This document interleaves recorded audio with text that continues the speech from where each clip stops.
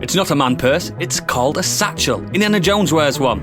Ladies, gentlemen, and variations thereupon, this is modern escapism.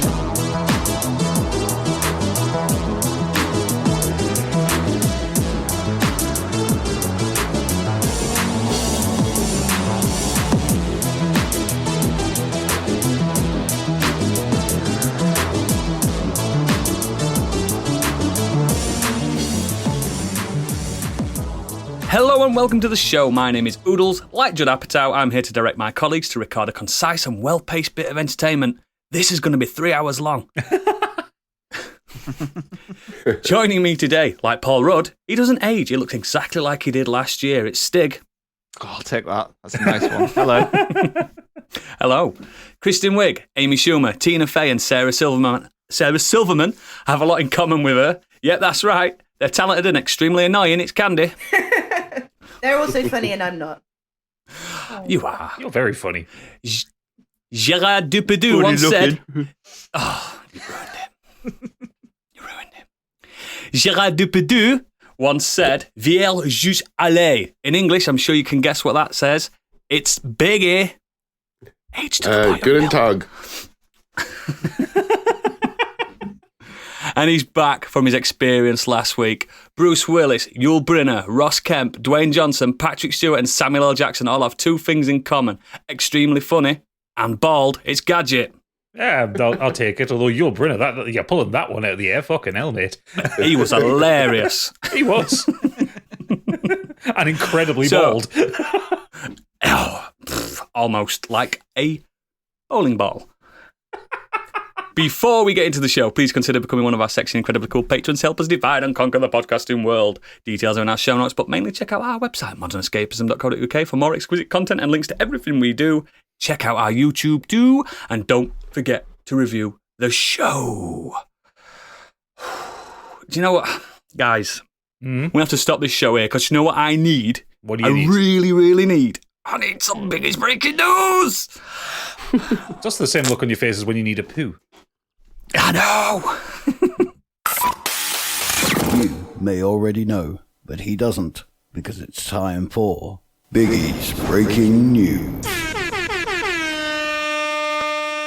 Microsoft wants Sony to divulge confidential business details in an FTC lawsuit subpoena issued. It means Sony may be forced to reveal confidential information on its future plans it would likely prefer to keep quiet. The subpoena was issued on the 17th of January with a response date of the 20th of January, although this has been extended until the 27th for Sony to move to limit or quash or otherwise respond to the subpoena. It comes as part of the United States government's Federal Trade Commission suing to block Microsoft's $69 billion acquisition of Activision Blizzard, which claims it could suppress the competition. So seeing as we're recording this on the 29th of January, do you have an update to this story? Does it fuck? It's getting It will happen nasty. next Sunday with more breaking news. This is just corporate espionage at this point now, isn't it? Well, this Activision thing was just for them to find out what Sony's getting up to in the next few years, so they can topple them. No, this is more of a fuck around and find out thing, because Sony wanted to block the acquisition of Activision, and like Microsoft appeared to have been doing it in with good intentions. We say no, you'll still get Call of Duty, you'll still get all that. All that will still happen, and Sony are like, no, you can't have this. So they're right, fine. Tell us why not. And that's why it's doing this. It's like, you want to play this game, we'll play it with you. So fine, let's watch them knock the shit out of each other. Law-wise, wouldn't they only get access to Sony of America's information, not Sony Japan? Surely. Surely. Japan Studio it's two separate entities, isn't it? Yeah, but Japan Studio doesn't exist anymore. So I think not Nintendo, Sony of America, I think they run the PlayStation side of the business. They have been for a long time, haven't they, really? Yeah, if you think about it. Most of they've probably got all the secrets. They know where all the bodies are buried. Oh, that's It's just been going on a long time now, hasn't it? Like the best part of a year? Yep. Yeah. I want their heads knocking together. Just let Microsoft have them. You've got loads of exclusives. No, they don't. That's the problem. Sony do. Sony do. Yeah. Neither do. Neither doing anything anyway. Let's be real. All this lawsuit stuff's pulling away from games coming out, in my opinion. It's doing my head in. boring. I mean, at the moment, Console for wars to another example, level. It is, Yeah, mate. I mean, It's Console Wars if Part you- 2. if you play Modern Warfare 2 at the moment, you get an extra bonus of like 25% XP because you're a PlayStation owner. So, I mean, Sony have already been tweaking things with the deal they had with Activision. So it's only going to flip. And then in the future, Xbox owners are going to have all these bonuses, while Sony PlayStation owners will have to wait or not have that sort of thing. I It's don't gonna know what happen, I'm going to isn't have to. I'm so angry. I'm not. All these little sneaky things are going to appear in the future. I couldn't get two fucks about this. None of this No. is. I mean, it is news. I'll give you that. It is. Next. It's been delivered. World of Warcraft lead departs Blizzard in a protest that forced employee ranking policy. He said, I can't participate in a policy that lets ABK steal money from deserving employees. The policy in question states that managers in Blizzard are obliged to give low developing rating, something that can impact an employee's financial status, future promotion potential, to a certain percentage of its staff in order to meet a quota laid out by parent company Activision Blizzard. It's bullshit. Birmingham That- stated- this way of reviewing people happens all over the. Every fucking big company I've worked for has done this. Same. You have 5% of people who are underperforming. You have 90% of people who are performing. You have 5% of people who are overperforming. That's just the bell curve of people in a big business. Yep. I don't. This is normal. Yeah, this is normal. This is like every company I've worked for, the company Oodles works for. Everybody does this. I don't know. This is absolutely bog standard, normal capitalism. That's what it is. Is this a thing that doesn't Birmingham- happen in America or something? Like It must be. It must be. Birmingham went on to So observe normal. that this sort of policy is unhealthy in the workplace. It encourages competition between employees, sabotage of one another's work, a desire for people to find low-performing teams that they can be best-performing worker on, and ultimately erodes trust and destroys creativity. This is why you should never, ever, ever trust a colleague. They will always grass on you. Always. Fucking hate the lot of them. I'm looking at all of you. That's why Stiggy had points deducted during the Christmas quiz, if you remember. This is what I mean. This kind of thing is. It might be a European thing for all we know, Gadget, but this seems to be such a normal thing to my head. I'm like, what? This is not news. This is I it. know. The only way I can understand this guy kicking off about it is if they were applying this kind of bell curve to each sub-team, like each individual team of developers. Yes. So like That's ridiculous. Like if you're doing it over 10 people, then yeah, that's obscene. If you're doing it over 100,000 people, or however many people work for Activision Blizzard, then sure, that's just you'll naturally That's have just how it is. you'll naturally have 5 to 10% of people underperforming because that's just how people work. You know. It sounds Yeah, callous, and a sounds good callous to say. I am not defending Activision Blizzard in I'm any not. way, shape, or form. But trust me, I am a manager. I have done this shit. I have had to argue people up from that low tier, and it's just an unfortunate reality of working in large companies. It's same like what we do, like the underachievers. We use them as like a springboard to get them to a certain level of competency. Do you know what I mean? Yeah. We focus more on the underachievers than the overachievers currently, because surely that's what a good business should do. They should like leverage all that cost into the underachievers in a weird way to get them to be good. You want everyone to be good, but how do you do pay grades if people are all the same? Yeah. Do you know what I mean? It don't exist. No. Boring. Next. Well, this really surprised me, but apparently Far Cry 7 and Far Cry Multiplayer are reportedly in development at Ubisoft. Who'd have thought? No way. Wow. Is this news? Ubisoft doing a sequel to one of their franchises. I don't believe am it. shocked. Biggie, Where did you get this information from? Insider trading? Biggie, breaking news: the sun's going to rise in the morning. No shit. But apparently they're going to be using the new, not new, Ubisoft Snowdrop engine, which was used Can't for wait. Avatar, and Division was really good. Oh, at that. let's have a guess then. Where's it going to be set? Where do we think this one's going to be set? Russia. Japan. No, Ooh. I think they will double down on just like some kind of quasi American place. I think 5 was their change. most, 5 was their most Mexico. popular for a while. So I think they'll either do somewhere like another kind of Montana or Yeah, maybe something Central America. or Central Scotland. America, Florida. Put them in Canada. Put them in Florida. Oh, yeah. Like on the bio with Yeah. of Oh yeah. saying that. I'm kind of into that. Florida would be a out. good one. Florida sounds like a good place because there's so much. Yeah, the Keys, all the Keys. Yeah, and the swamps, the gators, and the crazy Floridians. It's the crazy Floridians I want. Because you had that kind of cult leader in 5 who was supposed to be very charismatic and like a mix of a load Joseph. of Joseph, that was. He was supposed to be like a Jim Jones kind of guy. Imagine if you had a leader of some kind of fucking these kind of arch Christians that are trying to take over America right now. It just becomes, it's like they could become the full Al Qaeda. You know, they want to commit terrorist acts in the name of Jesus. This is what he wanted. Exactly what he wanted. It's very known in the Bible. There's a whole anarchist cookbook in there that gets cut out every time it's printed. Exactly. Jesus. Let's not forget, he did go to America that time. Yeah, and Jesus loved a Molotov cocktail. Yeah, he turned water into Molotovs. Next. Last of Us has set new HBO record for the largest week 2 audience growth as episode 1 surpasses 18 million viewers. Deserved as it. reported by Variety, combination of official figures and data.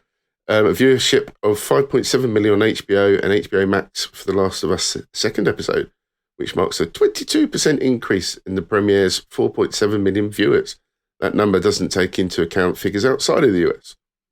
It has already been renewed for a second season. Good. Means superb. It's fucking brilliant. It's been amazing. Do you see they put the episode 1 on YouTube as well? Yeah. Yep. Good move, I think. Oh, yeah, They also put the price of Now TV up the same week. I think the price of HBO Max went up as well. I think I saw somewhere for it. Costs so much didn't money. the people start buying the game again? Like, oh yeah, the 300% uplift. The game shot up in popularity back in the charts. Yeah, I did. Oh, You yeah, did. I've got literally. I've installed it again.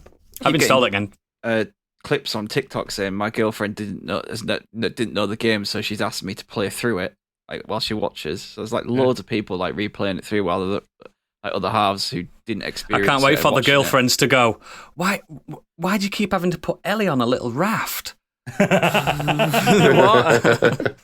The one thing that I think Naughty Dog have fucked up with this one is that the PC version of Last of Us Part 1's not coming out until March. They fucked the timing of that. They should have had it come out in January. Yeah. I mean, it's still going to sell like gangbusters as soon as it hits Steam. Like, it's not going to sell, but they could have just had all of it, all of the money, all at once. Didn't I tell It's you good, last that week, new version. Googles, Really good. There'd be, didn't I tell you there'd be crouching in it? Sure enough. Yeah. Lots of crouching this week. There was absolutely yes. crouching in it. I take it all back. 10 out of 10. Neil Druckmann put out a statement saying he's humbled, honoured, and frankly overwhelmed that so many people tuned in and connected with our retelling of Joel and Ellie's journey. Yeah, he directed episode 2, and I think episode 2 was better than episode 1. I thought it was. Yeah. He's doing good. Yeah. He might not make another game ever again. He might not need to. Can I Just be TV guy. point out, because I wasn't here last week, I agree with everything you guys said about The Last of Us. Me and Pip have absolutely adored both episodes. Utterly gripped to it. Everyone's fucking perfect in it. And the end of episode 2, I'm not going to say anything. Yeah, man.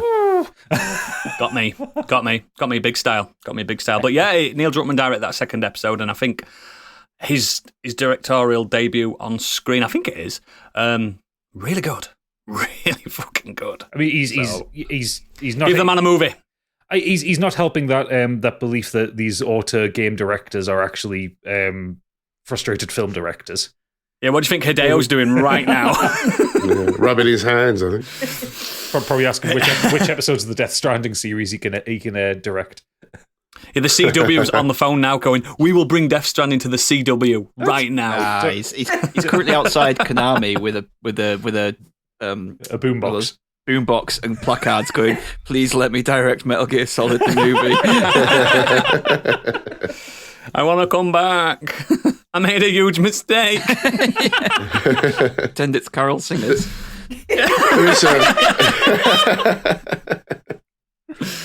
Oh, God, there is unfortunately some sad news. Annie Wershing, best known for playing Tess in the original game, has sadly passed away at the age of 45 today, I believe. Oh, Oh shit! I didn't even know that. That must have just happened. Yeah, literally today. She's really good. Yeah, She's really good. She was diagnosed with cancer in 2020. Oh, fucking cancer. You bastard. Oh, what a shame. Sad loss on that one, mate. Yeah, she was brilliant. She's really strong, and she's not in the game very much, but she leaves a gaping hole in that game once that character's no longer in that game. Yeah. Mm. Yeah, that's what I'll say. Yeah. It's just really sad, really sad. Next. Adult Swim was forced to put out an announcement as it ended its association with Justin Roiland. Rick and Morty will continue with the talented and dedicated crew, which are hard at work on season 7, but he is out. Good. And rightly so. Yeah. He's out with someone else as well, isn't he? What's the other thing he's been? It's his own game studio, isn't it? Yeah. He's out of Squanch Games and that Solar Opposites that's been cancelled now, I think, which was the other show that he was working on. And I think he's been. What's that? Koala Man is the other thing he's voicing. He doesn't get him creative, but he's in it, and I think they're considering kicking him out as well. Now, Gadget, you won't remember this. Why have they not just done it? You won't remember this, Gadget, but nearly a year and a bit ago, I was listening to this episode of a day of our podcast, and you said, and I am paraphrasing a little bit, Justin Roiland seems a bit like a baddie. I think you called this. Oh, okay. I'll take it. You called this a few years back. So it was around the time of Pickle Rick, that time. Yeah, God, I fucking hated Pickle Rick. Even though I enjoy Rick and Morty, I really fucking hated Pickle Rick. Yeah. You mentioned... It was just like overused by everywhere. It was a good episode, but it's just off the cuff comment you went, we just seem a bit like a baddie. So, well done, mate. Oh, thank you. I mean, I've seen some people like speculate on how Adult Swim are going to go forward with this one, because obviously Rick and Morty is its big cash cow at the minute. How are they going to do it? Yep. And loads of people are saying, "Oh, well, we'll just get these." There's loads of people on like TikTok who do impressions of Rick and Morty. They'll get one of them in. I'm like, no, I think that's not how Dan Harmon would want to do it. I think he would want to do it in the biggest fuck you way possible. And I seen someone put the theory out, and I think this is probably going to be what they do with it. Where like the first episode of season 7 will start with like it'll be without dialogue. Like Rick will be playing with something that he's building. Morty will walk in the room. Rick will turn around. It's like a gun. He shoots Morty in the neck and then shoots himself in the neck, and then two different voices change forever. Two different voices come out of them. It's the same dialogue style and pattern of speech, but the voices are just completely different. Thingy should play Rick if they have to recast him. He does the voice of Batman in the Lego Batman. What's his name? Oh, Will Arnett. Yes, I'd fucking love him to do Rick. He should be Rick. He should be Rick because I think he's got that grump about him, and I just like him anyway. So, I posted give him a call. Discovered there's this guy who does these like crude like versions of Rick and Morty on TikTok. It's like the Australian dude who's like, "Get in the fucking car, Morty! Get in the fucking car, Morty!" It's like, yeah, let's just have him. Like, yeah. Oh, so is it someone's just really just getting Christopher Lloyd and Michael J. Fox to voice them? Yeah, why not? Why not? Yeah, that's who they are. Great move. Because they were Doc and Marty, weren't they originally? Yeah. Well, that's where Rick and Morty came from. It was a parody of Back to the Future. Mm. Yeah. Don't feel bad to watch it, guys. You can still watch it and stuff like that. Dan Harmon's not a baddie. Do you know what I mean? No one else is a baddie. Justin Roiland. That's how it. So far. I mean, Dan Harmon has been a baddie, but he's owned a lot of the stuff he's done. Not that kind of baddie though. Yeah, but he also did not do what Justin Roiland did. He was just a bit of a He was just a bit of a cunt to people. No. If you don't know what he's done, we're not going to tell you. You're going to have to find that research yourself because I don't want to say it. No. Next. Amazon Studios has picked up Critical Role for an overall TV and first look film deal. It's greenlit Mighty Nine, the animated series. It's a bit bad timing that way, Dungeons and Dragons and all that, isn't it? Well, no. Well, what they've done is they've basically gone for exclusivity with Critical Role. So they already had the Legend of Vox Machina series, which I've been watching. The second series is out now. It's fucking great. And that's based on their first campaign. And now what they've done is they've greenlit the Mighty Nine, which is based on their second campaign. So you've got two kind of separate stories in the same world, which was two different anime series. But won't they have to pay a lot to Dungeons and Dragons now? Nope. I thought, what about all that stuff that you were talking about? Okay, well, you know what? I'll jump in on this one on the news because there was news about this yesterday. We won. They backed down. Oh, D&D backed down. They've actually listened to the audience and realised how much money they're losing and gone, okay, yeah, we're not going to change anything with the gaming licenses. We'll just keep it as it was. And Oh, wow, I didn't know that. I Oh, didn't yeah, know. yeah. So they're literally not changing anything. well, they're not changing anything. For but, now. But they're also making the rules for the current version of D&D not just on their open game license, but Creative Commons as well. So, like, they're actually giving people more access to stuff. So, that's made me a very happy man. I'm still going to move away from D&D because Hasbro are a bunch of bastards, but still. It's left a foul taste in your mouth, hasn't it? Left a foul taste in my mouth. But this is a great thing for Critical Role because it's just proving how like popular their brand is and how popular the show is. I mean, I've watched the first 3 episodes of season 2 of Vox Machina, and it's brilliant. Like, it's one of the best Western animes I've ever seen, and so they're putting all this quality into it. It's not as good as Scorched Sheep. Nothing's as good as Scorched Sheep. We're the best. No. Award So Hasbro nominated basically just rolled a Scorched Sheep. natural 1. That's what they said in their own statement, Biggie. Oh, did they? Yes. Oh, he thought you were special then, didn't he? Thought you were good. It- I am special. When all the You open, are, you are. When all the open gaming license stuff came out and people started kicking off, Hasbro's first statement was, "Well, we thought we were doing something good, but it looked like we rolled a 1. Oh, We're down with the kids still. absolutely, definitely. It was a "How do you do, fellow kids" moment. I understand that reference. Yes. Yeah. Next. This is an interesting one. Velma becomes the #1 worst rated animated show in the history on What does? IMDb. Velma. It's a that? very adult take on Scooby-Doo.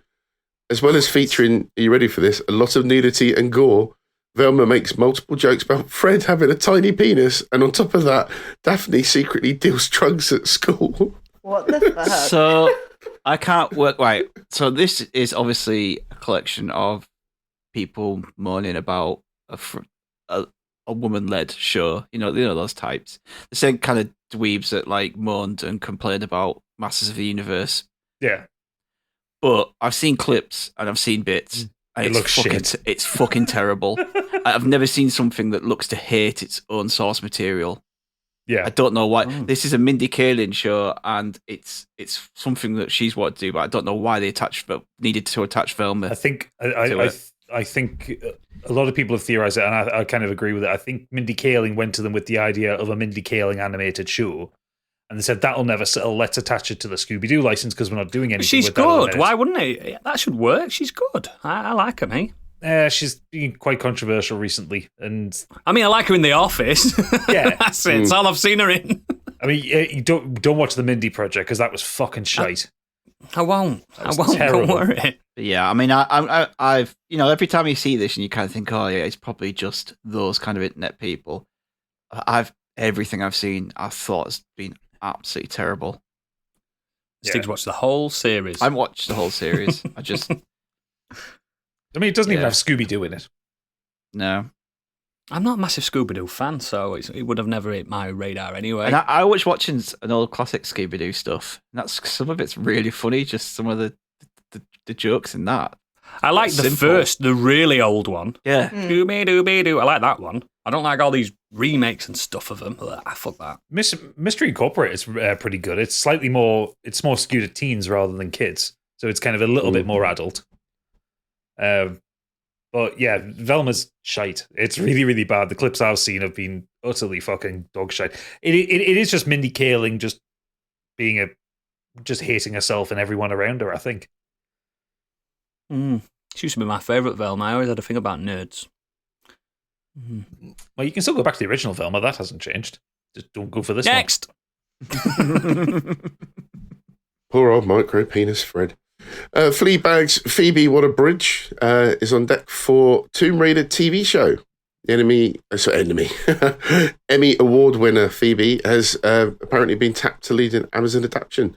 The English actress has wrote and starred in Fleabag, is allegedly on deck for the scripts and will not star as the iconic lead character, but she will be executive producing. I don't know who she is. I'd quite like a Tomb Raider show in the style of Fleabag. I think that would be fucking hilarious. Ooh. That's really quite good as Fleabag's incredible. Lara You Croft, should to watch be honest. Fleabag. Well, Should she I? also has. You should watch Fleabag. Everyone should watch Fleabag. It's brilliant. She is been writing on Indiana Jones, new one. So obviously she's got previous in those kind of worlds. So that's probably why they brought her on for this. She's developed herself a nice little Good Hollywood writing career, hasn't she? She was brought in on something recently. I can't remember. She had to fix James something. Bond. That was it, yeah. She came in to do rewrites on Bond. Should have done the whole thing. Christ. She's a very good writer, and she's very funny. She's got a very interesting way of putting stories together. Like the way the story flows through Fleabag is really funny, but also quite unexpected. How everything kind of comes together by the end. It's fucking brilliant, that show. That's obviously just put an end to Lucy Vikander, then, hasn't it? The sequel for that one. Yeah. I don't think that did enough, did it?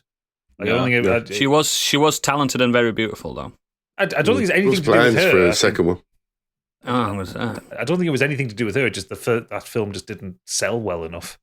It's just I the watched it a game. few The problem times. was that was just.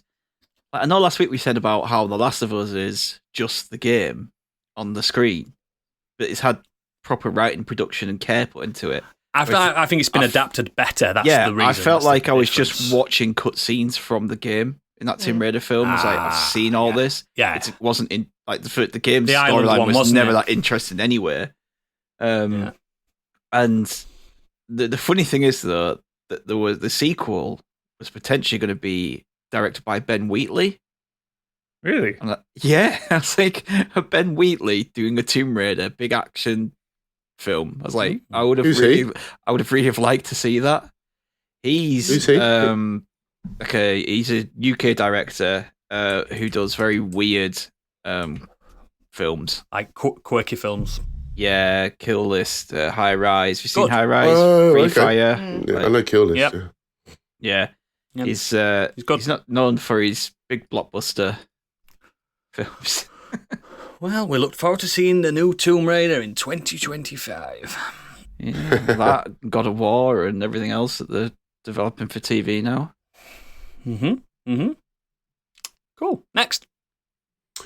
Over to the weird world web. I have two for you. A life insurance firm has sparked outrage after running an advert featuring a picture of Harold Shipman, Dead Happy, a Leicester-based firm with a reputation for running provocative adverts, used a picture of the serial killer alongside the text, life insurance, because you never know who your doctor might be. I like that. Do you know what they advertise? I get Fuck's advertised sake. that Dead Happy thing all the time, and their adverts are really fucking funny. To be fair, I've never considered getting life insurance, but Harold Shipman worked in one at GP surgeries near me before I was born, obviously. But yeah, not that Harold Shipman was funny. Local legend. I hasten to add. For those who You don't only know need who life he was insurance if you've got dubbed. dependents. Yeah, exactly. Yeah. He was dubbed Dr. Death as a notorious murderer believed to have killed hundreds of elderly and vulnerable patients in the north of England over 2 decades. Yeah. And next up, Monster. sorry. He's a monster. He was a monster. Why is Biggie's Breaking News becoming a don't know. true crime podcast recently? I don't know. because he's a It's middle-aged moving white on woman. from that. I just thought it was really funny. But next up is WWE has reportedly dropped the Banger Bros name for Sheamus and Drew after finding out about the adult film company also called the Bang Bros. Oh yeah, they do some great films, the Bang Bros. It's all male. Yeah, it was very funny because this come about because Sheamus he had a really good year last year. Like, kept putting some really good matches, and he kept saying, like, because he's Irish and the word banger kind of, we say it a bit more over this side of the pond. He kept saying, I'm having banger after banger after banger, like matches, like over and over again. And eventually, because he's teamed up with a Scottish guy, they're just like, they called themselves the Banger Bros. And I know for a fact they did that on purpose. You know that two people from over this side did that on purpose. And obviously people in the WWE in America didn't realize until this came to light. And there was a joke about it on the Royal Rumble this weekend as well. Like, one of the commentators said, what were they called, these two? And the other one was like, we're not allowed to discuss that anymore. Like, the name's, it's copyright somewhere else. Like, so they know now. They're just cracking jokes about it now. There's a good Bang Bros film about wrestling, Fatal 4-Way, I think it's called, something like that. Really good. You'd like it, Stig. Fatal 4-Way. It's really good. Maybe they can call themselves the Dancing Bears or something. Well, yeah, why not?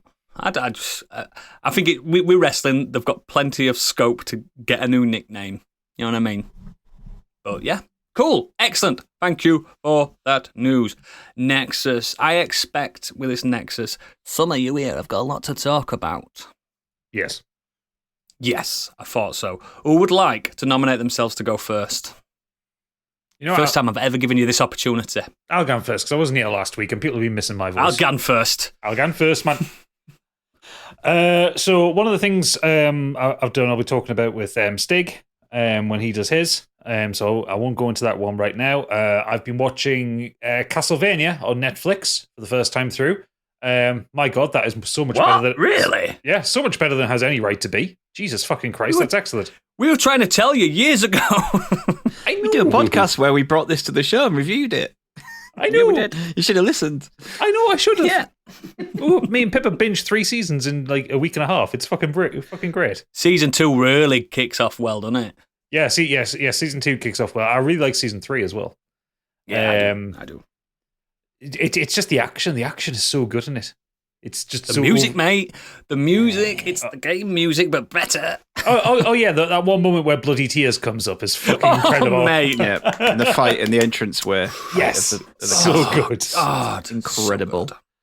So good. And of course, Alucard's best boy, very handsome boy. Always has been. Always has been. Yep. But the main thing that I wanted to talk about was Dead Space is out. So it is. Been out for a while, Dead Space, mate. No, the remake. The remake. Like I'm talking 2013 about. or something like that. Yeah. Earlier, 2008. 2008 was the first one. So, So, if you remember back in kind of December, my heartbreak at the Callisto Protocol, which everyone was kind of hyping up to be the next Dead Space. It turns out turns out what we needed was not a new Dead Space. We just needed the original one back with a shiny coat of paint because it's fucking incredible. It's absolutely fucking brilliant. So what's happened at EA Motive, who are a brand new studio that's been spun up for this, I think. I don't think they've done anything before. They have taken the original Dead Space and they've made it pretty. And they fixed a load of things with it because everyone thinks about the original Dead Space through the lens of Dead Space 2. Dead Space 2 is a fabulous game. Dead Space 1 is a great game, but not a fabulous game. Dead Space 3 is just shite. Peak.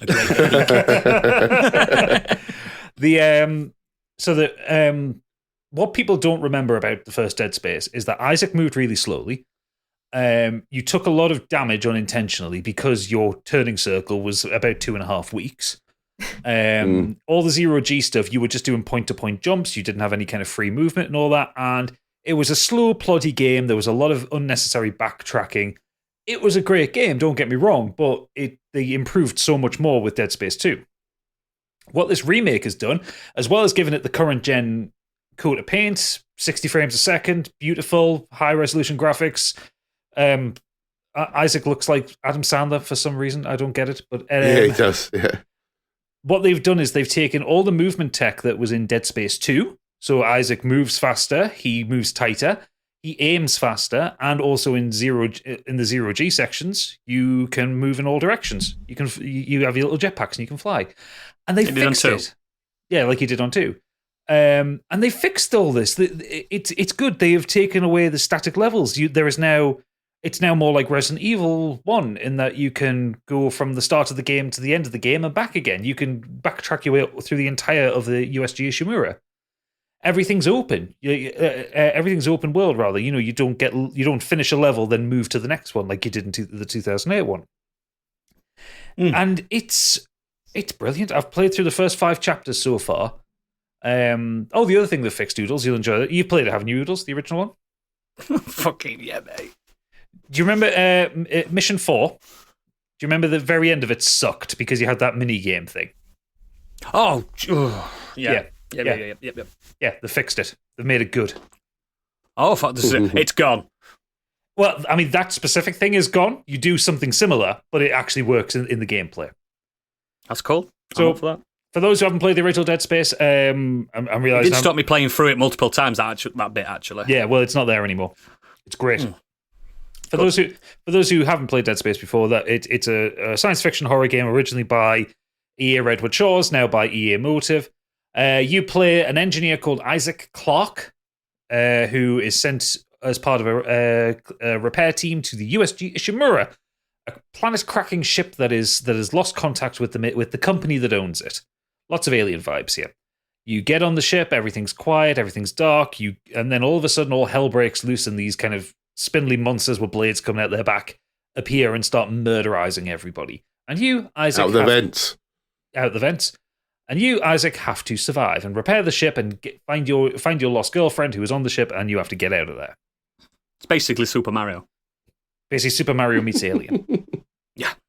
In a good way. In a very good way. The big selling point for this game is the combat mechanic, because Isaac isn't a soldier, he's an engineer. So all of his weapons are repurposed engineering tools. Plasma cutters, heat torches, gravity guns. This thing that fires out a spinning saw blade, which I'm not sure what the applications are for that on a spaceship, but it seems to work. But the main combat loop is you don't shoot them directly, the monsters directly. You have to dismember them, because you shoot them in the chest or in the head. They don't feel it. They're dead. These necromorph things, they're already dead. You got to slow them down when they rush at you. So you got to shoot off their legs and shoot off their arms and then stomp them to death. And it's the stomp. Oh, the stomp sounds so meaty, but it is crunchy, bloody, awful, lovely gore in this. It's a bloody because it's a game from 2008. This is a very bloody game, and all the better for it. You walk through these kind of really tight, claustrophobic corridors. Things burst out of vents in front of you, behind you. The sound design is incredible. The graphics are beautiful. It's just. It's getting like kind of 9s across the board. It's like got a really high Metacritic score. It's incredible. One in it. And the haptic feedback as well has had a bit of work. I know it got awarded a must play, didn't it, on Metacritic? It did, yeah. It's got haptic feedback on the PS5, so you can feel like Isaac's heartbeat in the controller. It's fully immersive. There's no HUD. The game tells you everything about Isaac's condition on his suit. So he has lights up his spine, which are his health.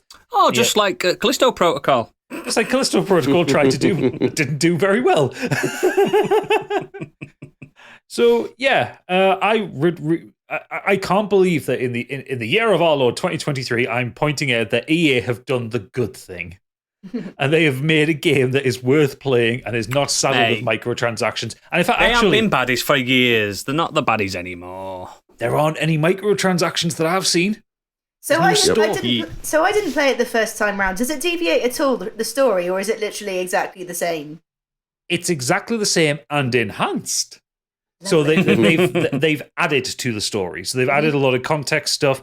There's a lot of stuff about Nicole, Isaac's girlfriend. You get a bit more of her story and what happens to her on the Ishimura, stuff like that. A bit of extra characterization. They've given Isaac a voice, so Isaac can actually now respond to things. So the Brok Gunnar Wrighton, who did the voice in 2 and 3. So he has conversations, and they've done it right. They haven't made him like a grizzled action kind of guy. So, he's an engineer, so he's like, they're saying we need to get this going, and you go, well, I can go here, do this, do that, and do the other, and he's basically makes his own briefings because he knows how to fix the Ishimura.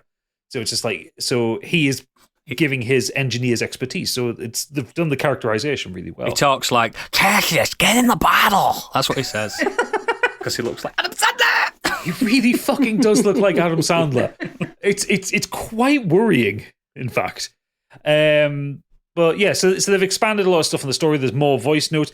Unlike the Callisto Protocol, when you pick up an audio log, you can carry on walking in the level listening to it. Like God intended.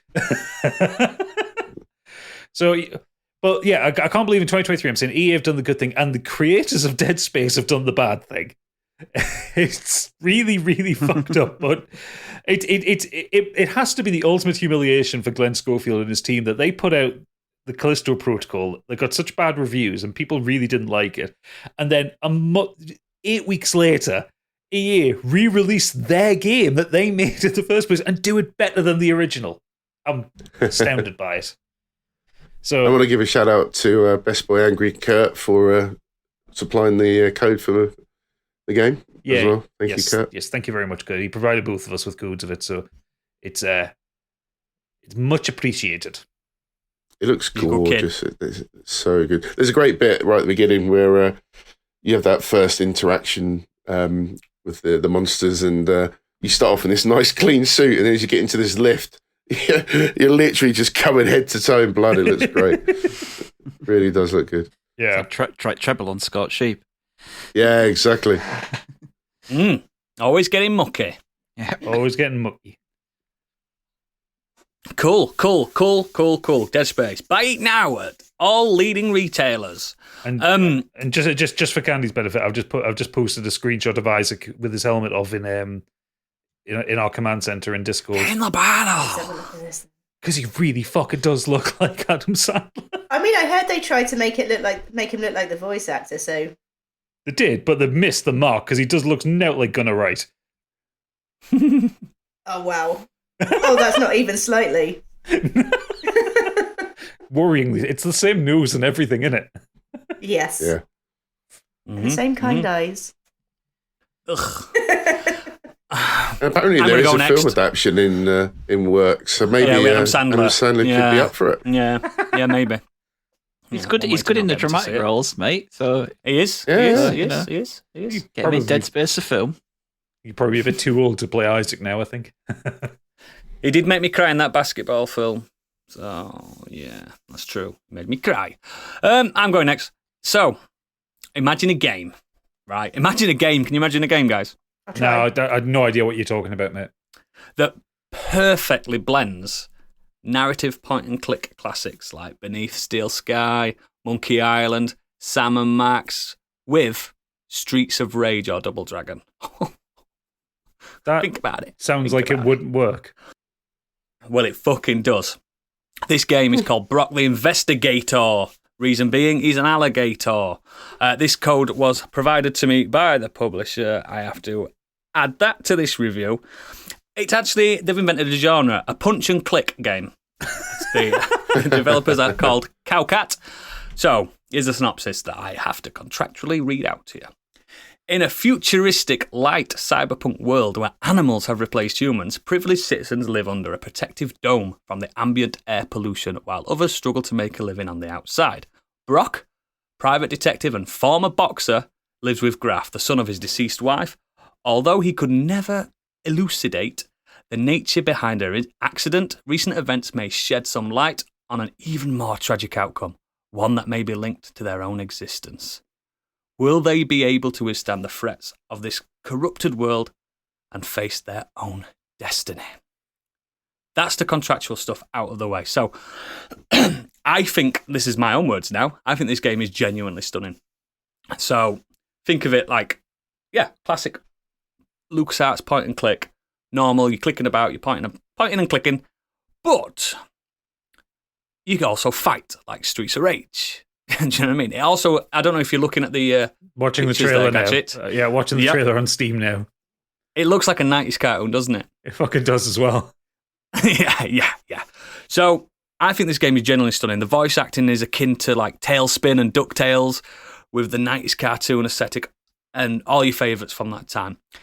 I've never been frustrated playing this at all, and there's a really good int system, and sometimes if you can't solve a puzzle with your head, you can punch it.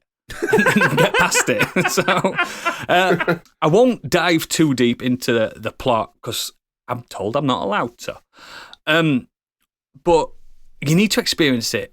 But watch a trailer like Gadget's doing and jump in. I'm playing it on PS5, but it's available I think everywhere, and I think it's on Steam mainly. But yeah, it's So it's got really positive reviews everywhere, and I'm currently juggling this with Monkey Island on Switch. And do you know what? I'm having a really good time playing Monkey Island on Switch and then jumping to this because it melds really perfectly because it's more or less the same type of game, but this just adds that little bit extra where if you say the wrong thing, you might end up having to fight a boss. You know what I mean? And the actual combat, it's like Streets of Rage, but it's got like Street Fighter moves in it. You know, quarter circle punch and it does like Hadoukens and uppercuts and stuff. I genuinely think this is like Monkey Island is a 10 out of 10, the new Monkey Island. I'm adoring it. But Brok The InvestiGator, and I'm saying that deliberately because when you see the title, you'll know why. Yeah. I think it's a 9 out of 10. Genuinely. I mean, absolutely adored it. It's got very, very positive on Steam. Yeah. I just, it's not too long either, 10 hours-ish. I beat a game, by the way, Stick. Whew, catching you up now, baby. But I genuinely think this game's fucking brilliant, and it proper surprised me. You know, sometimes you get sent, you like request a code, and you think, oh, do I really? And then I looked at it, and I'm looking into it a bit more, and I'm like, oh, actually. And as soon as I start playing, the voice acting's really fucking good. And it just adds that a little bit more dynamic to it by being able to punch your way out of situations. It's genuinely really good. Like the opening scene, I'm allowed to talk about that. The opening scene, you start off and your apartment's on fire. So you could fix a computer, you could fix a sprinkler system. It's like I say, it's a light cyberpunk setting. Or you can fix the robots. Or you can just punch the door and get out. Do you know what I mean? But you've got to physically input the punching buttons and stuff. It's just, I really like it. Please, if you're like hankering for a bit more of that Monkey Island magic, try Brok the InvestiGator. It's a terrible title. I've told him this. I mean, the game's been out since August. It's a bit late for them to change it. Yeah, I've not had a response, but I've done my contractual stuff. But genuinely, like off the record, I think this is fucking brilliant, and I think people that are into it's not even that expensive. I think it's about £15, £17 like on PC. It's worth it. It's worth it. It's proper good, and it reminds me of those Sam & Max style games and stuff like that. It's just play it. Play it if you. I mean, I know everything's coming out at the moment, and this game came out in August, but give it a whirl if you're next fancying a punch and click game. Punch and click, my God. It's good though, isn't it? It's good. Right, Candy. I saw a Korean film this week. And I don't actually know how to pronounce the title. I'm going to probably murder it, and I think it's called Jung-E or Jung-E. I'll spell it. You spell it Jung. Or as I thought, Jungle. Jungle. Jung_E. So I think it's Jung-E. Yes, I think it is. It's directed by Yeon Sang-ho, whose previous work includes the zombie action movie Train to Busan. And it was the final performance, sadly, of the film's main character, Kang Sang-young, who sadly passed away in 2022. To summarise the plot, basically humans have been forced to leave Earth due to climate change and live in colonies in Earth's orbit. And they're basically like identical to Halos. They're Halos. Just bang on. You mean like Ringworld? Yes. So civil wars are raging within the separate colonies. Wars are being fought by AI robots. And one colony feels like the key to winning this war is to upload the consciousness of a female military captain, Young-Yi, who was famed for her abilities in battle. And she was acting as a mercenary to make enough money to fund her young daughter's cancer surgery. In her final battle, she was all but killed, leaving her in a coma. And this is all kind of in the opening, so it's not really, it's just setting it up. Her family had the choice to keep her consciousness alive as an AI. There are 3 types of existences you can have as an AI. So you've got type A, which gives you the same rights as a human, but it's phenomenally expensive. There's a cheaper option, type B, which prohibits you from certain rights, such as getting married. And companies are also able. It's kind of like Facebook. So companies will buy your information. They'll buy your knowledge. They can buy mine if they want. And then you've got the free type C, which basically it forgoes all your human rights, and you give the government full access to your consciousness and physical likeness, apparently, for whatever means they choose. And Young-Yi is given a type C, and therefore is being used by the government to conduct. That sounds like a game I didn't like of last year, doesn't it, Gadget? A little bit. Indentured servitude in space. Well, it does give off some kind of video game vibes, but I'll get onto that later. Not in a good way. Mm-hmm. So fast forward 20-something years, and her daughter, the one that was getting the cancer surgery, is the head of a team in charge of attuning her mother's consciousness for use in these battle robots. So a bit of a conflict of interest there, I would say. But essentially, the film is a commentary on the ethics of using consciousnesses as AIs. At the core of this film is kind of an engaging and often emotional story. And I should add, maybe it's stage 2 mascara warning on this one for some parts. What does let the film down is a couple of things for me. So firstly, the pacing is pretty off. For like 2/3 of the film, it just absolutely plods. It has an action-packed ending. It doesn't really feel like it's earned it. And just completely low stakes. You're not invested in these characters. And there are some really ropey visuals. Like the animation at times does look pretty dated. And the majority of the film takes place within just 2 or 3 sets. When we do finally leave those 2 sets, it kind of screams green screen, like it's sort of Star Wars prequel-esque actors that have just been dropped into a computer game. It's not good. And with the exception of Kang Sung-yoon, the acting is pretty poor too, I thought. Now, I did watch it subtitled for half the film, and for reasons I watched the second half dubbed. And because you were playing your Switch or a game, or you were doing something else. We know why. I was putting my makeup on. Yeah. To record I do it all the time, mate. Don't worry. So yeah, I watched it so dubbed, and unfortunately, it's not the dubbing that does let it down. One character in particular is really, really over the top in his acting. It's kind of explained. It is somewhat a plot point, but it's just, I don't know if it was a directorial decision to tell this guy to overact, or if it was a bit of both. But it's pretty off-putting. Where it does shine through is, like I said, during the more emotional moments and the questions of the morality. But unfortunately, it's just overshadowed by the points I made. So I mean, it's fine. It's a bang average 3 out of 5, I think. Oh, I'll avoid that one then. It jumped on the K-pop culture and the success of Squid Game and everything, but it wasn't a winner for me. I always prefer the from the Korean shows rather than the films. Mm-hmm. Yeah, I think they've got time to, because they do weave great narratives, and I think they've got more time with the film. Some of the films I've watched recently, especially on Netflix, I've been like, yeah, it's fine. It's fine. There's nothing wrong with it, but there's nothing great about it. That's what it is. The shows are all fucking boom. They're all incredible. Yeah, that's what I mean. This film just didn't have the secret ingredient. It had potential, and the story is quite. It can be intriguing, but it was a lot of emotional depth, but it was an action film with not a lot of action. It just didn't quite get that mix. It didn't get the blend right. I get you. So avoid at all costs, she says. Unless you're really bored. Brilliant. Unless you're really bored. Biggie. Yeah, I had a bit of a quiet week, so the only other thing I've been doing is watching the first few episodes of Ozark. Which it's good, isn't it? You've probably seen it advertised on Netflix. They always push this in its what to watch next kind of stuff. But it came out in 2017. It's got 4 seasons, but we're only a few episodes in, as I say. Created by Bill Dubuque, who did The Accountant and The Judge. This drama series stars Jason Bateman as Marty Bird, a financial planner who relocates his family from Chicago to a summer resort community in the Ozarks.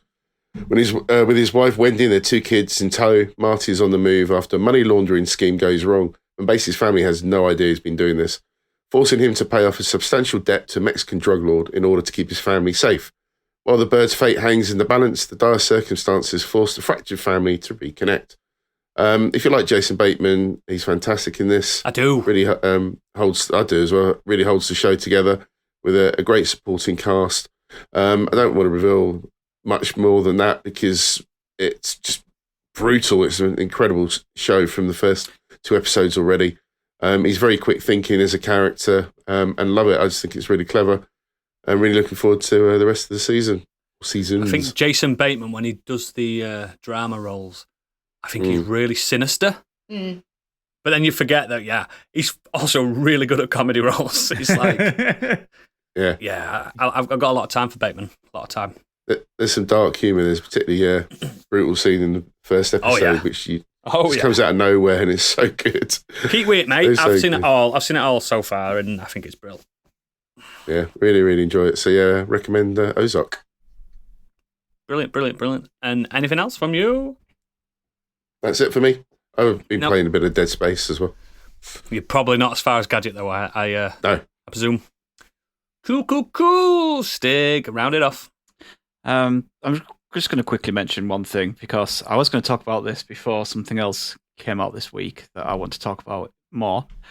I watched Triangle of Sadness. This is one of the nominated films for Best Oscar film, Best Director, and original screenplay. It's won Palme d'Or last year, and it's Eat the Rich satire that's about as subtle as Don't Look Up. So it takes place as two models get invited onto a yacht full of super rich people, and it sinks and leaves them fighting for survival on a desert island, and the power dynamic quickly starts to shift. I really enjoyed this. I put it into my top 20 of last year. Wow. And it's got a really good cast. Woody Harrelson plays a Marxist captain of the boat. Which is weird for Woody Harrelson, because he's the complete fucking opposite. Harris Dickinson is like this gormless but very handsome looking model. And it's just really funny. Switches between like satire, gross out humor, and there's like lots of bits, shocking bits and stuff. So it's very much like kind of like in keeping with The Menu. It's next on my list, actually. On my list of films to watch. Bad shit happens to very rich people. That kind of I'm into it. Film. So yeah, it's kind of ridiculous black comedy. Sign me up now. There's an old Russian guy on there who's just like, he's actually quite good. He's brilliant. The humor kind of goes all over the place. It kind of veers from to like slapstick at times to like I said, stuff somewhat as subtle as Don't Look Up. It's unsubtle as that. But yeah, I actually really enjoyed it. It wouldn't be my favorite film, and I don't think it'll win, but I'm not shocked to see why it's kind of got the praise that it's been given. It's nice to see like comedy. I know it's not an outright comedy, but yeah. Oh no, it's not. Like, trust me, it's 2.5 hours long, and there are bits of it that drag. It can't. It's up and down, but I enjoyed it overall. But the thing I did want to talk about mainly this week, and Gadget's been playing this as well, is Hi-Fi Rush. Yeah. Hi-Fi Rush. Hi-Fi Rush, a rhythm-based action game developed by Tango Gameworks, published by Bethesda, dropped randomly out of nowhere on January the 25th after the Xbox kind of showcase thing they did. This game just literally came out of nowhere. We knew Tango Gameworks were doing something, and they've developed this game basically in secret, gone, here's a trailer, oh, by the way, it's available now. And it's fucking brilliant. It's incredible. It's so good. So the game kind of follows a self-proclaimed future rock star, Chai, who becomes a defect in an experiment that gives him a robotic arm and kind of infuses his iPod into his chest, which gives him the ability to sense the rhythm of the world around him. And you kind of, as Chai, you kind of start to basically take down the big conglomerate and tech company, don't you? Yeah, it's another Eat the Rich story. Yeah, basically. The animation, the style of the animation is like very comic-like. It looks absolutely beautiful. It's so vibrant and bright, and the music is they've got actual like licensed music in here, so you get stuff from like the likes of Black Keys and Nine Inch Nails. The humor in it is brilliant. Like, I laughed several times in the opening section. Just like that opening bit where she's looking at his picture, she pulls it down, and he's just got the same pose as the picture. Like, just little things like that. I really, really enjoyed it. And the kind of robot enemies all have their own like little personalities as well. So when there's like a cutscene and they're kind of talking with each other, it's just really well scripted, really well animated. The gameplay, like I said, it's like a hack and slash, but you do it to the beat of the music. So you've got this constant beat going on, and you try to put together combos, string combos together, hitting it on the beat. And if you hit it at the precise moment to end the combo, you get like big hits and big massive like pows and stuff come on the screen. If you imagine crossing Metal Hellsinger with God of War's combat, it's like that. Yeah, I'm enjoying this so much more than like Metal Hellsinger. Like when I saw this, and I thought, oh, that looks great. And then it was like, oh, it's a rhythm action hack and slash. And I was like, oh, the rhythm action thing, because I thought Metal Hellsinger was fine, but trying to do all the gun work and everything to the beat eventually just made me drop off it. Yeah, this has just so much more going for it. That I think what works is it doesn't punish you for not being on the beat. Like Chai will always hit on the beat. Yeah. So, but like Metal Hellsinger, your gun wouldn't fire if you were off the beat. Whereas this, you can still hit, and just on the next beat, that will be when the strike happens. If you get on the beat though, you will build a bigger score. That's the difference. Yeah, it's. I'm only 3 levels in, but I've been enjoying it so much. Yeah, Chai is just such a lovable idiot. Oh, I love Chai so much. He's my boy. I just want to like hug him. He's just a fucking moron with a heart of gold. Yeah, Chai is brave because he's too stupid to be scared of what's going on. Yeah, there's one bit where you kind of jump onto this rail system, and the woman you're working with, she's like, you don't even know where that goes. She's like, who cares? Like, it's fun. The enemies are all kind of like look brilliant as well. They sound great. Like the first big boss you come up, you kind of against Rekka is like, she's just fantastic. She's like a Gadget female said wrestler. she's a mood, is what you said, didn't you? Yeah, she is. Like, I loved like when she was on screen or like reading the emails that you have, like, you find dotted around. Like, the writing and the humor in this is brilliant. There's really strong characterization. Every character seems to have they've written them with a very strong sense of self. Have you met Cinnamon yet, Stig? No. Okay, when you meet Cinnamon, you'll fucking die laughing. But so all the characters are very aware of who they are, and like Chai knows he's a rock star, and because he's a rock star shit will happen to him. That's kind of his thing. And it usually happens, but only entirely by accident. There is a cat. It's another cat game. A little robot cat called 808 who follows you, and they act as a kind of a what's she called? 808. The drum machine. 808. 808. They act like a beat guide. So when you're moving around, 808 becomes a little floating cat head, comes with you, and it pulses the beat for you. But quite frequently there will be just cutscenes where Chai will go to pick up the cat, and the cat's like splayed out licking itself. You know, it's the cat thing to do. The way they introduced the cat, like the dialogue for it, I thought it made me laugh a lot. Just like the robots talking about it, like, it's so funny. I don't want to spoil it because I don't, like, if you've not played it yet, I don't want to like give away the jokes. But yeah, man, like, I'm big up on Xbox, on Game Pass as it is, but for them to just go, we've developed a game, it's launching, it's on it. If you've got Game Pass, there you go, have at it. There's nothing wrong with it. There's no glitches. It works. It's just the ability for them to do that is just incredible. It's a full game as well. It's not. Yeah. It's not like in the like, you know, Nintendo would do that all the time, where they'll do a surprise drop or something, but it'll be a demo for something, or it'll be DLC for something, or it'll be It'll be one of their old games that they're re-releasing on the Nintendo Switch Online stuff.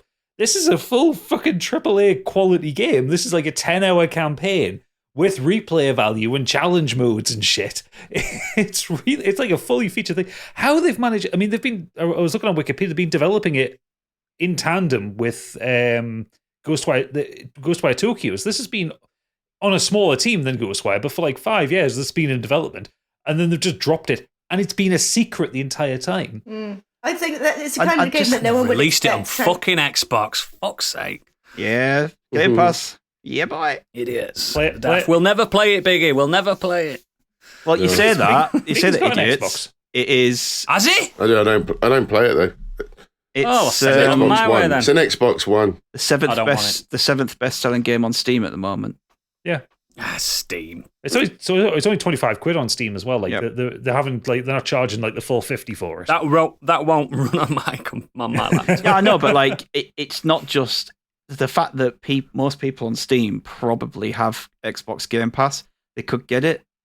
It's against the likes of Red Dead Redemption, Football Manager, Counter-Strike, FIFA, Dead Space, and I reckon a lot of PC Legacy. players really like their Steam libraries, and they just buy them on Steam anyway to keep the libraries topped up. I think a lot of people do that. True, but like regardless, the thing is, you could, In a positive way. That's not. Yeah. I'm not slighting them. but the point is you could get a trial for this for like £1, try it out, and then go, yeah, okay, I want that for my Steam library. But it's not. People have gone and bought it on Steam, like because of the word of mouth. It's reviewed so well. It's getting like I think it's about 89. Noodle's gonna love this. 88. Yeah, it's 88 on there. 88. But it's I must admit, It. so I must good. admit, when they advertised it, I had absolutely no interest in it whatsoever. Like, I'm not a huge fan of the Tango Gameworks games anyway. But I mean, What? No, they're just not really my cup of tea. I can't get my teeth sunk into them. But yeah, the style and everything just didn't appeal to me. But just like you said, on word of mouth and the fact that it is on Game Pass, and now that you said there's a cat in it, yeah, I'm That's going to very give it a important go. to the game as well. Yeah, and I do like Metal Hellsinger as well. So hopefully, yeah, You'll get on with this because the music is rocking, and like I said, 9 Inch Nails are on the soundtrack. They're a boss any- fight song. And this is make or break. Is there any Imagine Dragons on it? Nope, not a bit. It's not make or break though, is it? Because you love Arcane. Mm. You have to You listen, believe you it. have to listen to Imagine Dragons every week when you watch. I skip it. Oh, Skip- the no, 'cause misery. But it's in the actual show as well. It's not just. I know. I mute it. But That's yeah, very I'm Bethesda just, as well, just dropping something out of nowhere because Yeah, they did it's- that with Fallout Shelter as well, didn't they? But yeah, You again, reckon they'll do that with next And Skyrim? 76. again, the Fallout Shelter was just like a mini game for the Yeah. iPad, wasn't it? Yeah, I'm saying this is a full fucking game. It's I know that's incredible. No. Hang on. Fallout Shelter is one of the best Bethesda games in the last 10 years. It's fucking brilliant. It's really good. No, it sucks. There's no glitches in it. That's you what don't get the full no. Bethesda experience. Yeah, That's The the only glitch. Bethesda game I've played that's not. It doesn't feel like I'm floating along the ground Yeah, man. on the ice skates. Hi-Fi Rush is, if you've got Game Pass, just give it a go. You've got nothing Essential. to lose. And I think it's great. I've been working my way through my like games that I need to finish off. I was like, oh, I need a new game to play. I was like, this just literally drops. I was like, oh, I'll play that. I was like, yeah, this will be my game. See through Yeah. to completion. Why did it just drop? Did it just drop on Twitter? No. So No, they had the developer conference thing. Just Is reveal there? things. That's where they like said that Redfall's coming out in May, and then it's all the stuff that Biggie left out of the news. Talking about Because like, it's release fucking dates. I didn't even Xbox. realise they had a conference. Neither did I, mate. You're the news guy. Anyway, Yeah, because it's Xbox, it isn't it? wasn't He's just like, I'm not enough reporting on news about Xbox. He doesn't follow him, does he, on Twitter? it's not CDPR, Why so would he he doesn't know? care. Exactly. But yeah, so it was a developer direct thing. So yeah, they did that. They did some releases, showed off some new Forza Motorsport footage, which looked beautiful. No way. I won't play it, but it looks gorgeous. But yeah, then they went to Tango and they had Shinji Mikami and the director of this one, which is John Johannes, talking about it. Shinji owns the studio, doesn't he? He's the studio head. Yeah, he's a studio. And they're talking about this game and they reveal it and they're going, oh, by the way, yeah, you can play it tonight. Drops Did about... Shinji have his baseball cap on and a hoodie? No, but he's got his little douchebag chin strap beard back. I love that. I like it. He's got it back. I love that man. Love that man. Got a lot of time for him. I'll say Oh, one more yeah. thing.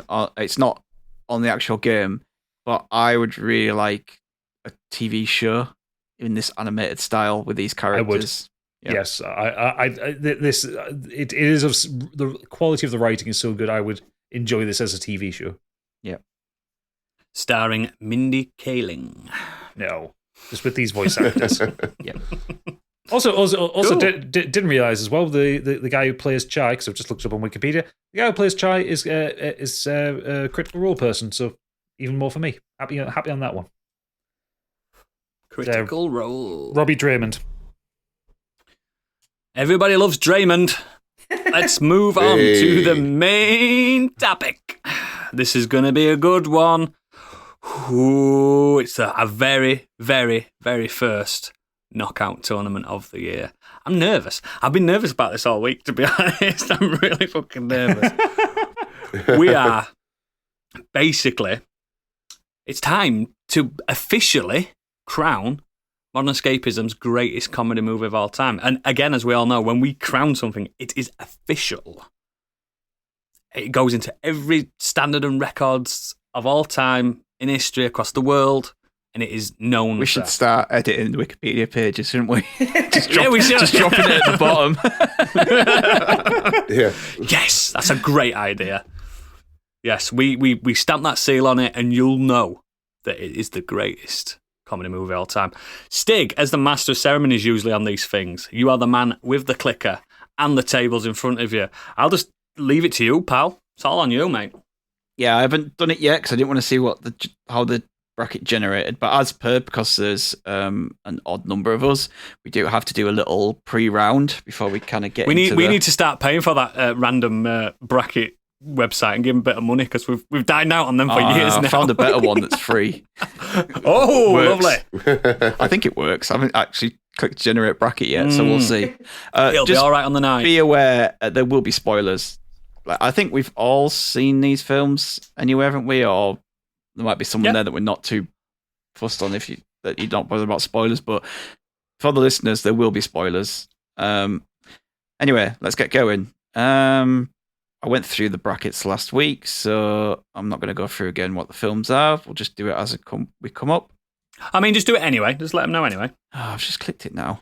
I've lost everything. Gadget, you're going to have to edit it. One eternity later. Okay, and before I generate this bracket, just a reminder of the 10 films that are going in. We have 40-Year-Old Virgin, Planes, Trains and Automobiles, Office Space, What We Do in the Shadows, The Jerk, In Bruges, Anchorman, Hot Fuzz, Monty Python, The Holy Grail, and This is Spinal Tap.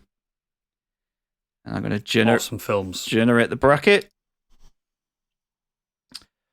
Ooh, oh my god. This is a big one to start it off with. This is the pre-bracket. Hot Fuzz versus The Holy Grail. Oh, fucking hell. Oh, Coming in Jesus. That's a hot. beast. That's too hot, man. That's... Oof. How do you choose between perfection?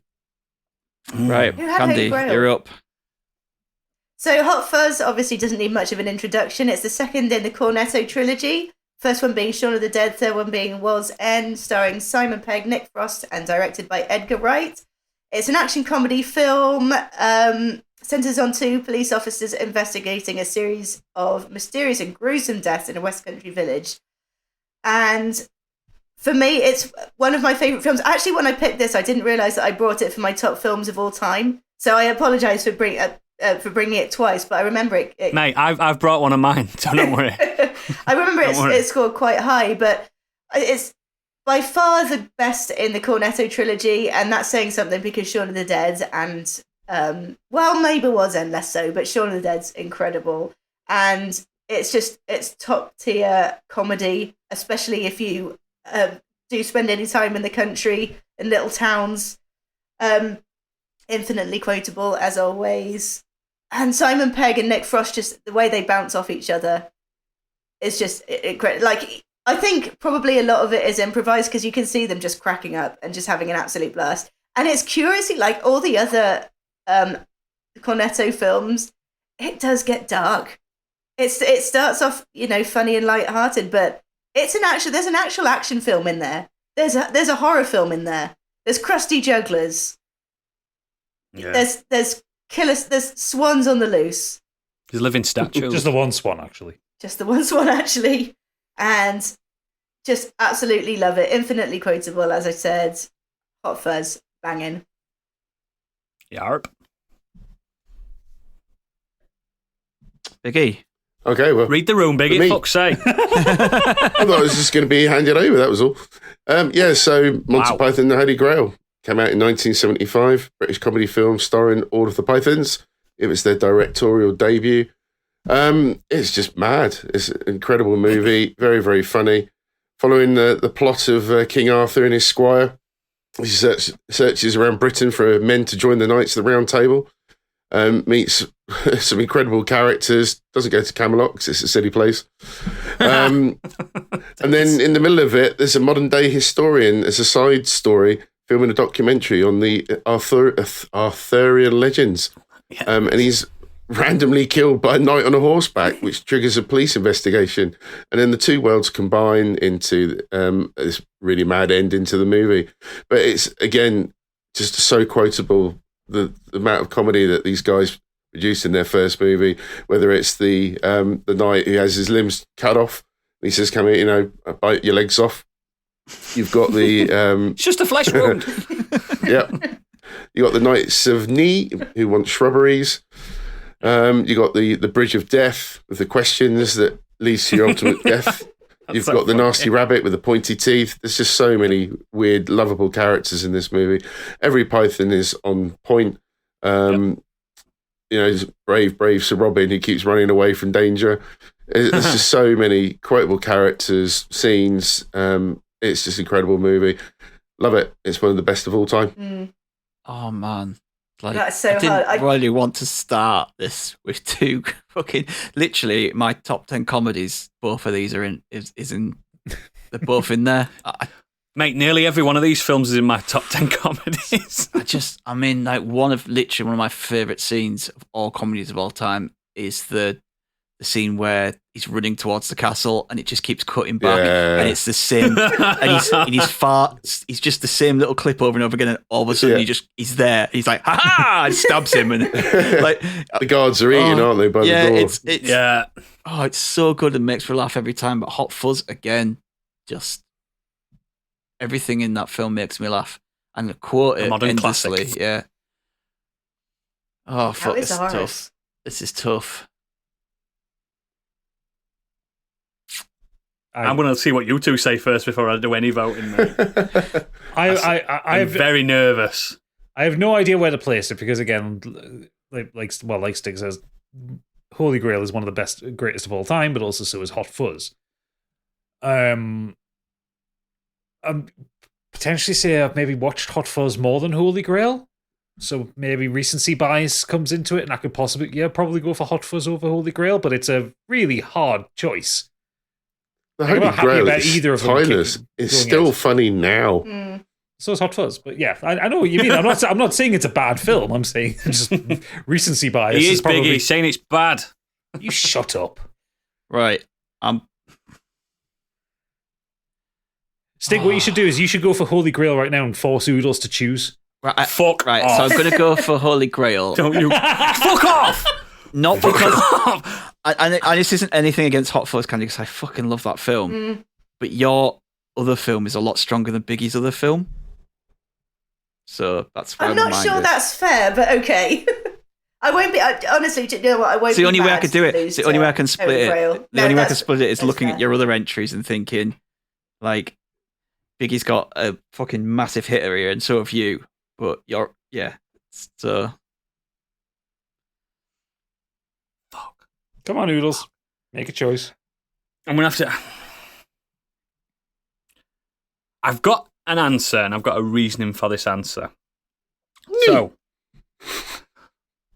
Hot Fuzz is my favourite of that trilogy. Yeah? Mm-hmm. Monty Python and the Holy Grail is not my favourite Monty Python film. I think Life of Brian's better. And if you'd have picked Life of Brian, I'd have voted for that, so I'm voting for Hot Fuzz. So yeah, Wow. that's good reason. I mean, Yeah, that's Holy, fair. Holy Grail is my favourite of the lot, but I think I don't know. I like Life of Brian more, but that was fucking horrible. That I'm actually gutted for you, Biggie, because that was tough. I'm gonna have to write this down because this website's shit and you can't actually you can't actually write it. So while I do that, while I find a pen, the next lineup is Planes, Trains, and Automobiles versus This is Spinal Tap. Take it away, Gadget. Ooh. So, Planes, Trains, and Automobiles is a John Hughes film from 1987 about a long-suffering advertising executive played by Steve Martin who gets kind of stuck into the trip home from hell for Thanksgiving with a shower curtain ring salesman. If I remember that right, played by John Candy. Candymachine. Way. Episode title there. Candy's dad. Yeah. So, yeah, it's basically it was taking the concept of a road trip movie and absolutely sending it up in the worst way possible. And the title is in fact true. They do hit a plane, they hit a train, and they hit automobiles throughout the way. It's a very typical Odd Couple kind of film with Steve Martin playing a very kind of uptight he wants to get home for Thanksgiving. He's overworked, overwrought, and he's just sick of his life. And John Candy's character is more kind of free and easy and just goes with the flow, and just shit seems to happen to him.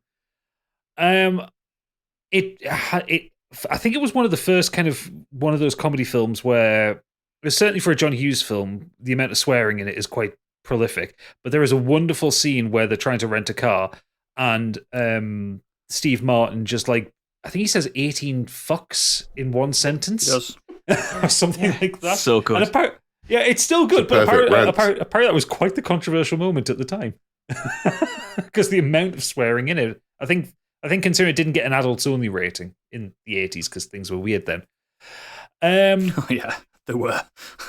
But it's one of those films. I think it's one of those things that John Hughes films do really well. Is there is a lot of heart in it, especially with kind of John Candy's character. He just wants a friend. He just wants a mate. He's a lonely guy. I fucking love John Candy, man. Oh, John Candy, love him. He's got those sad basset hound eyes, hasn't he? Fucking want to kiss him and hug him. Oh, I bet he used to give great hugs. I will say quite rightly, the reason why I kind of brought this one in there, not just because it's a classic, because it has one of my favorite kind of smash cut slapstick comedy moments. Which and when you watch it, you'll think, oh, this is where Edgar Wright got a lot of the ideas for this kind of stuff from. And it's when they're in the car at night, they don't have headlights, I knew this was coming. The lorries coming the other way, and it's just smash cuts between them getting basically going between two lorries. There's kind of sparks going everywhere. It flashes to them, it flashes to the other vehicles, it flashes back to them and their skeletons because they're so scared, and it flashes back to them again normally. And it's wonderful. It's obviously something that took them a fucking week to put together, just this one shot. But when you watch it, you're in kinks laughing. Or there's a sequence where they get pulled over after their car's been burnt out, and the officers lean over and, do you know how fast you're going? He says, well, actually no, sir, because as you can see, all the dials have melted. Trying to pass it off that it's a perfectly safe vehicle to be in, with no roof, no speedo, but the radio still works, so they can still get the radio. So yeah, I will stump up the Planes, Trains, and Automobiles. I need to watch it again. It's such a classic. There's a recent 4K version that has like 70 minutes of extra stuff that they took out. Ooh. Yeah, there is. So there's like an extended edition. Yeah, people say it just adds to the story. It doesn't make it drag at all. So I'm looking forward to watching that. Wonderful. Right, Oodles, this is Spinal Tap. Yeah, I've mentioned this before on the podcast as one of my all-time favourite films. So this is Spinal Tap, if you don't know, is a rockumentary, rockumentary, and it's also known as This is Spinal Tap, a rockumentary by Martin DeBurgi. It is a 1984 American mockumentary film co-written and directed by Rob Reiner. The film stars Christopher Guest, Michael McKean, Ari Shearer, and a few mega famous people of the time then. Basically, This is Spinal Tap is the first mockumentary. Without This is Spinal Tap, we wouldn't have the subgenre of comedy of mockumentary. I believe that, and so did the American film industry and the Library of Congress, because it was selected for the preservation by the National Film Registry as being credited as launching the mockumentary genre. It is a very important film. It's fucking sensational. The fact that they are riffing and destroying these prog and rock bands of the time. It's if you're into like rock or just the music industry in general, everything they go on and the quote about and everything, it's just phenomenal. Like, Turn It Up to 11. No one knew about that until This is Spinal Tap. They invented that. And, oh God, the fact that one of the greatest TV shows of all time, The Simpsons, constantly quotes this. I mean, it does help that one of the stars is one of the stars of that as well. But it's just, I think This is Spinal Tap is so important a film. Not even just comedy, not even just mockumentary. I think it's such an important thing. It's a milestone. Without it, we wouldn't have what we have today. And, oh my God, it's so good. I think everyone here's seen it, haven't they? Yes. Yeah. Yeah. Oh, God. Have you watched it with director's commentary? It's so fucking good. No, because I only ever saw it on TV. They do it in like, character. They're doing character. It's so good. They've released albums from this film. Oh, God. They're even in talks of doing a reunion / something like 45-minute. You know, one of those fake interviews where they're all older now, blah, blah, blah. I think it's one of those things. It is kind of set in its time because people aren't like that anymore. But back then there were. Do you know what I mean? These rock bands were like that. The Stonehenge scene, come on. How can you not freaking love that?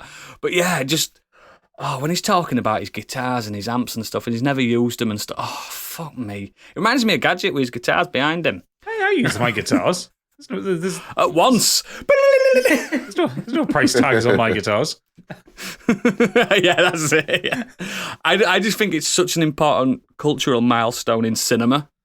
It's without it, come on. This is Spinal Tap. It's up there. I mean, it's been voted multiple times as the greatest comedy film of all time. So, do what you will with your votes. I know Planes, Trains and Automobiles is still a fucking banger as well. Absolutely adore both of them, but this is Spinal Tap. Without it, come on, we'd have nothing. There you go. Pitch, baby. We offering? I was going to say, are we offering any rebuttals on anything, or are we just going to go? It's up to you, mate. Straight into The ceremonies. I don't think it's a debate thing. Yeah, it's not like the biscuits and the beers, is it? No. Who wants to vote first? I'll go. This is another really, really hard one, and I'm almost glad that they came in the same bracket because they do compare quite well in terms of the era they came from. But yep. Planes, Trains and Automobiles, it spawned so many imitations that didn't quite get that magic right. And I'm thinking of a couple of recent ones, and I can't remember the names, but there's the one with Robert Downey Jr. and Due Date. Yeah, and was it Tammy with Melissa McCarthy? Oh, God, yeah. So the very sort of straight-laced person going on a road trip. So, and neither of them are quite as good, but at the same time, I relate so much more to Spinal Tap. And yeah, the Stonehenge, and I know you said, Oodles, that things don't really happen like that in the music industry. I think you know that's a lie. It very much happens I like just that. wanted to cover it up. I wanted to cover it up, and I didn't want to reveal what happens backstage. Well, but the secret's out. It happens. It all happens. It's so much just like so real important, life. the film. It's so much like, they've got those characters down. Think of the accents that they do. Yeah. I thought they were fucking British people at first. It's so funny.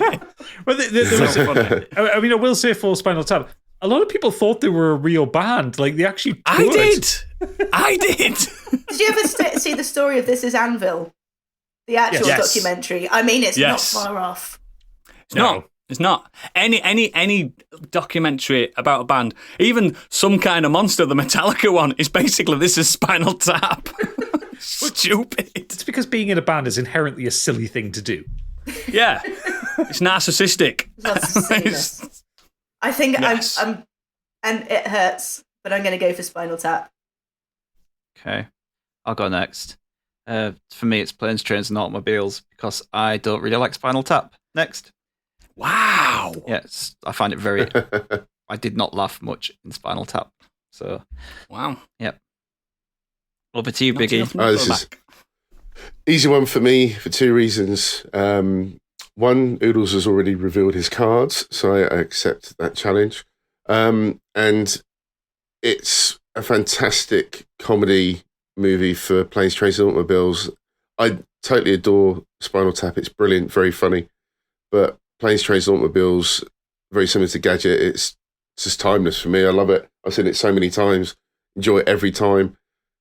Just that relationship. You actually sympathise with Steve Martin's character, even though he's a dick.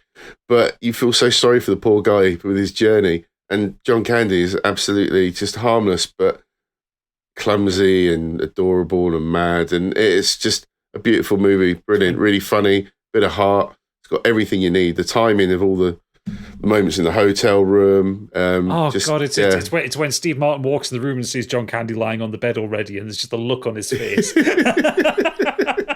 The reveal of the wallet burning in the car. It's just some fantastic scenes. So yeah, it's Planes, Trains and Automobiles. And I completely agree with everything that Oodles said, but that is my favourite. This is the moment that Biggie killed England's loudest band, listeners. I mean, their drummer was probably You took away already the- dead. You already killed off Monty Python, so Yeah, Big, it's I your see where you're fault, not mine. No, you don't like it, mate. You were never in the race. Yeah. It's not your fault, pal. You were taking no blame in this. You were innocent. Right, well, Oodles, you need to get your debating head back on because you're up next again. Top of the Yep, bracket, yep. 40-year-old virgin.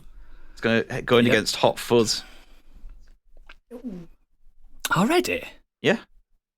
Hot Fuzz wins. There you go. Move on. That's mean, just the way it 40-year-old came out. We version have is to do amazing too. we have to do the two things to start with, and then they fill in the gaps. So Done then. We've done. Hot Fuzz. I can. Are you going to talk up your own choice? Go on, talk it up, because No. I really love 40-year-old 40-year-old version virgin's as well. nowhere near as good as Hot Fuzz. I'm not fucking stupid. Oh, Fucking Spinal Tap on my heavy hitter, mate, and Biggie killed it. I mean, let's go around. Let's just go around. I would have voted Hot Fuzz. Of course you would, because you're not stupid. Yeah, I'd have voted Hot Fuzz. I actually don't remember anything other from 40-year-old virgin apart from the chest waxing scene because that goes up on TikTok every 5 minutes. Which is I'm the brilliant, same. though. I'm the same. And the fact he did, It's really the fact good. he did that like for real as well. Oh, you know that was a real reaction as well. Yeah, Mate, it's the only Judd Apatow film I recommend to people, thoroughly, and like, come on, just watch it. It's fantastic. I enjoy Two it. I Towers do is enjoy it, very but good. it's A lot of other Judd Apatow films, like, it's all right. It's funny. But 40-year-old virgin, for me, is the peak of him, and he's never hit that heights ever again. But yeah, Hot Fuzz is better. I feel bad for it. I'm going Sorry. home now. You had a good day. It's been a great night. We've had a good time. Thanks for this opportunity. thanks for killing England's loudest banders again, Biggie. I'll never forget that. You check out Monty Python, mate. Screaming, mate. Monty Python. Life of Brian's Take better. that out. I'll wait for that feedback next week. Life of Brian's better. Yeah, let's have some feedback on what people think on our choices. And Killing Spinal Tap at the first hurdle. yeah, It took out Holy Grail. Hello. I do now that all mine are out of the game. I feel at ease now. I'm relaxed, and if you guys want to start suckling up to me to help your votes, I mean, Stig's got one that he doesn't even have to suckle up to me because he knows I'm going to pick it. speaking of which, So what we do in the shadows versus the jerk. That's our next round. I'll go start. this is the easiest fucking one ever. What We Do in the Shadows is a 2014 horror mockumentary that stars Jermaine Clement, Taika Waititi, and Johnny Brewer as Viago, Deacon, and Vladislav, who are vampires struggling with the mundane aspects of modern life, like paying rent, keeping up with chores, and while trying to get into nightclubs and overcoming flatmate conflicts. This is fucking hilarious. This film, like what Taika and Clement, get the names right, out, wouldn't it?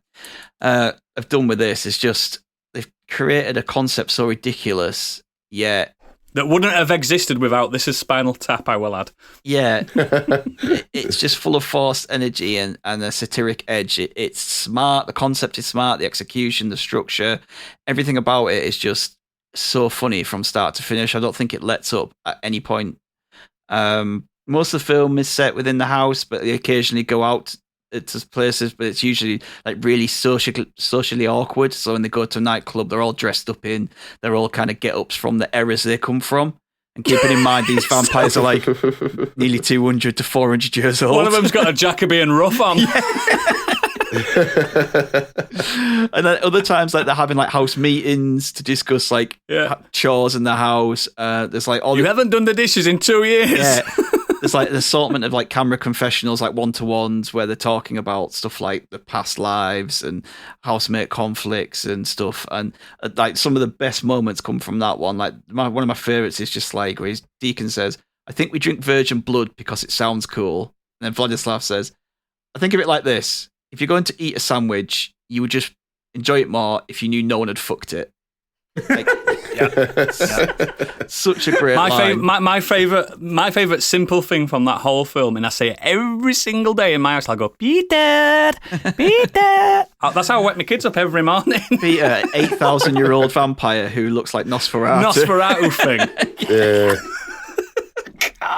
and the bit where he burns with the vampire, where he gets set on fire and there's a vampire hunter, and the police show up because of reports of noises and screams and stuff, and all the vampires, even though they can hypnotize the police, they all look so nervous. There's all these nervous looks to the camera, and they're wandering around, and the police keep pointing stuff out, going, "Hang on, you've got mold there, mate. What's this? You've got a bit of mold." And they look like, "Oh shit, they've broken through." And it's like, "Yeah, open containers there.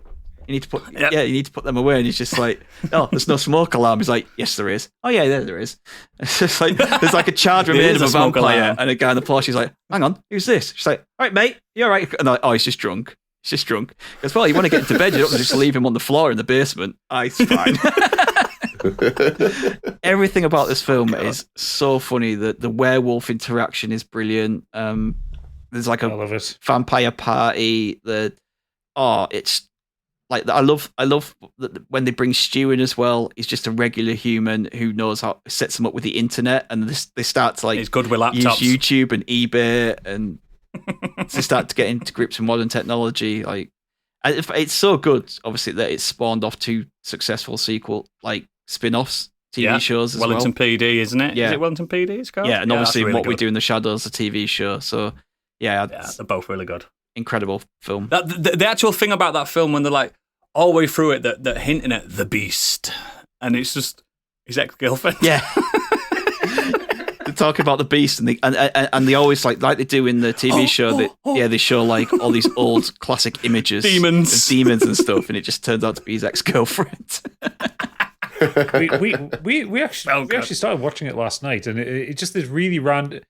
There's loads of shit I'd forgotten about that film. Like, I mean, the big one for me, the one that always sticks with me, is the werewolves, not swearwolves, because I just love Rhys Darby.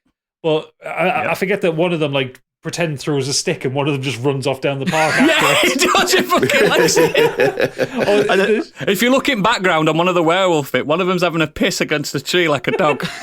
The other one, it's a throwaway gag from Taika's character, where he's talking about Jermaine's character. He says, "Oh, he can transform anything, but he can't get the faces right anymore." And then there's a bit where they're chasing someone through the house, and the camera just sweeps across, and it's a cat with Jermaine's face on. And it just fucking sent so me. good. Yeah, it's so good. Do you like your biscuity? Yeah. So good. Right. So that's mine. Biggie the Jerk. Yeah, I mean, I came late to What We Do in the Shadows, and I love it. I totally agree, and mine's not going to win. I wanted to pick something different, something a bit out there, a bit of an underdog. So I picked basically Steve Martin's very first film called The Jerk. It's a 1979 comedy, so Steve Martin almost has a bit of black in his hair as well. He hasn't gone full Silver Fox at this point. But it's just a lovable journey of the character. He's so innocent. Navin R. Johnson is the white adopted son of a black sharecroppers who grows to adulthood naively unaware of his obvious adoption. He stands out from his family not just because of his colour, but because he has a complete lack of rhythm. He goes on a life learning journey. Lots of slapstick comedy, brilliant quotable one-liners. Steve Martin just showing what he can do. It also led on to Man with Two Brains, and then his career just took off after that. Hence, obviously, Planes, Trains, and Automobiles, Roxanne, and so forth. But I just love this. It's just silly stuff. The quotes in this where, for example, he wants to get his name in print and he loses his shit when he ends up in the phone book. Yeah. But a random sniper picks his name out of the book and decides to take him out, or try to, because he's not a very good shot, and ends up shooting the cans where he works at the petrol station. And Navin's shouting out saying, "Stay away from the cans. He hates these cans," as they're all getting pot-shotted. But yeah, there's just so many quotes in this movie. I think there's a great line when he has his girlfriend and she talks about, she's crying. He goes, "What's wrong, honey?" And she goes, "Oh, I heard a song on the radio and it just reminded me of The Way We Were." And he goes, "What's the name of the song?" And she goes, "The Way We Were." It's just really silly stuff like that. And it's just innocent, silly comedy. And it's not going to win, but I wanted people to check it out and go and see The Jerk, because I don't think a lot of people have even heard of it. I hadn't. I actually had to go and watch it, and I have to. I watched it. I think it struggled a bit with its age. I also watched it for the first time this week. Mm. There you go. So So did I, yeah. Yeah, I think it struggled a bit with its age, but there were some standout moments that were funny. I think it's when they were singing on the beach and then she just like whips out a trumpet or something. That bit got me. there's a lot of silly stuff like that. Yeah, throughout. I love the sillier moments. And when he's like, is he beating up a kid on the model railway as well? Well, there's like a train chase. So yeah, there were funny moments, but it wasn't one of my favourites. That's fair enough. And I know it's not going to get voted. Did anyone else like Well, it or not? I didn't get a chance to see it, so I haven't seen it. So I'm abstaining on this vote. I watched it bigger this week, and I really loved it. I thought it was brilliant. And I do thank you for introducing me to this film. It's not What We Do in the Shadows, though, mate. It's not. And I really recommend The Man with Two Brains as well is very similar. I've seen that. Yeah, I've seen that. It's not Steve Martin's best, but it's a proper solid 8 out of 10. It's probably the lowest ranked film out of this list, but it's nice that you've introduced me to something completely new. I didn't like That's it. how I see it. I didn't like it. You didn't like it? No. There's a few. You didn't like it? No, didn't. I was surprised when I saw like how well it's received. And I was like, I just borrowed like 3 or 4 chuckles. Like I just didn't click with me at all. Unfortunately. I had a great time with it. What you voting? What We Do in the Shadows, mate. Candy? Stupid. Yeah, Shadows. Yeah. I mean, I'm kind of glad that I went against. If only that came up against This Is Spinal Tap. I'm kind of glad that it came against. Yeah, I'd have gone with Spinal Tap against the Jerk. And you didn't even like Spinal Tap. I don't expect it to go through at all. I don't know why. I just wanted to highlight I really enjoy Steve Martin. I something just didn't click with me. Maybe I need Out to of watch curiosity as well, when was the last time you watched Spinal Tap? it. About 3 years ago, maybe. Oh, right, so it's still... you might not like it ever then if you don't like it now. Never mind. I'll have a look. I'll have a little research now and find out for you while Candy tells us all about Anchorman. Oh, I love that. One of my absolute favourites of all time. So it's a 2004 American satirical comedy directed by Adam McKay and his directorial debut, produced by Judd Apatow, starring Will Ferrell and Christina Applegate, and written by Adam McKay and Ferrell. And for me, it's my favourite frat pack film. I've spoken about it many, many times on the pod before. And it also stars like Steve Carell, Paul Rudd, in relatively minor roles. But I just think every scene has something that's so quotable and so funny. Like literally scene to scene is actually memorable. And I think like we've got The Glass Case of Emotion, we've got Baxter being punted, we've got Milk Was a Bad Choice. Sex Panther. Tits McGee. Gonna find my baby, gonna hold her tight, gonna grab some afternoon delight. I love that bit. I just don't think there's one scene in that film, and the fight with all the other news teams as well.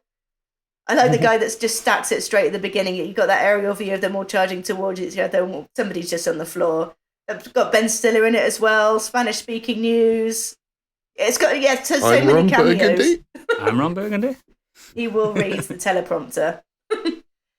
I don't know what to say more about this film that just isn't banger after banger. The thing is, I used to start... That's the one where Jack Black kicks the dog off the bridge, isn't Yeah, it? Baxter being punted. I used to start this podcast every fucking day before we went live. I used to go, the Human Torch was denied a bank loan. That used to get me into the mode. To say We didn't speak about the second one. There isn't a second one. There isn't a second There's a 1.5 though, which is good. But yeah, that's true. Basically a different film. Yes. That's a good film. Yeah, I don't think I need to say any more about it because Anchorman. That is the definition of a modern classic. Yeah. That's going against Planes, Trains, and Automobiles. Is there anything else you'd like to add to your side, Gadget? Nope, I'm perfectly comfortable with the arguments that I've made. I still feel Planes, Trains, and Automobiles is a superior film to Anchorman. Not that Anchorman's a bad film. What do you think, Biggie? Yeah, I mean, I'm happy that Steve Martin movie's going to go through, and yeah, I would have picked it myself if I knew Gadget was taking it. So I'm happy that that's there. So yeah, Planes for me. I sometimes in this situation, I like to think, what film would I want to watch right now? And that would be Anchorman. Shit. I like them both. I like them both so much. Why did I let him go first? I like them both so fucking much. Like, Planes, Trains and Automobiles is one of my favourite Sunday afternoon films of all time. You know, when you've had your dinner, you just fucking... You sat on the sofa, you're watching it. Kids can watch it, kind of. My wife watches it. But Anchorman, fuck. I've dined out on some of the jokes in that film for years. And I feel a bit like an anchorman sometimes on this show. I mean, Biggie, you are an anchorman. You do the news. I think Anchorman, I'd rather watch that now. That's how I sometimes... Again, Gadget. I fucking love that film. I know. But if I were to put Netflix on now and they both popped up, I'd watch Anchorman first. So, yeah, that's getting my... You know what? I'm going to use that same argument. Mm-hmm. And I will go with Planes, Trains and Automobiles for that same argument. I'm sorry. I love Anchorman. That's sometimes how you've got to do it. But I think if in any mood, I'd just... Yeah. That's how you've got to do it sometimes, pal. You've got to think, what would I watch now? If you'd have asked me this after me dinner on a Sunday, I mean, I had my dinner ages ago. I know it's a Sunday now, but yeah, I might have picked that. But yeah, that's how it works. Yeah. Sorry, I hate this because it's all, when it's two ones that you love next to each other. It's like, no. Yep. 2017 Noodles was when I watched This Is Spinal Tap. Just checks on Letterboxd. Yes. Watch it again. Maybe I will. Watch it again. Right. And then watch Best in Show after that as well. So the last one in the quarterfinals is Office Space versus In Bruges. So Gadget. Why is Office Space in here? So Office Space is a film that's very close to my heart. It's one of my favourite films of all time. I know it probably won't get past this phase, but I'm going to go for it anyway. So it's a independent American film from 1999, written and directed by Mike Judge, who is responsible for Beavis and Butthead and King of the Hill and stuff like that. And it's Hollywood. Yeah, but it's nothing to do with that one.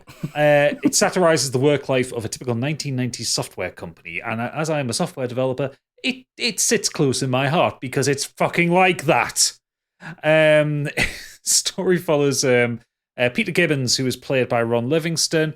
He's an unmotivated programmer who works at a company called Initech.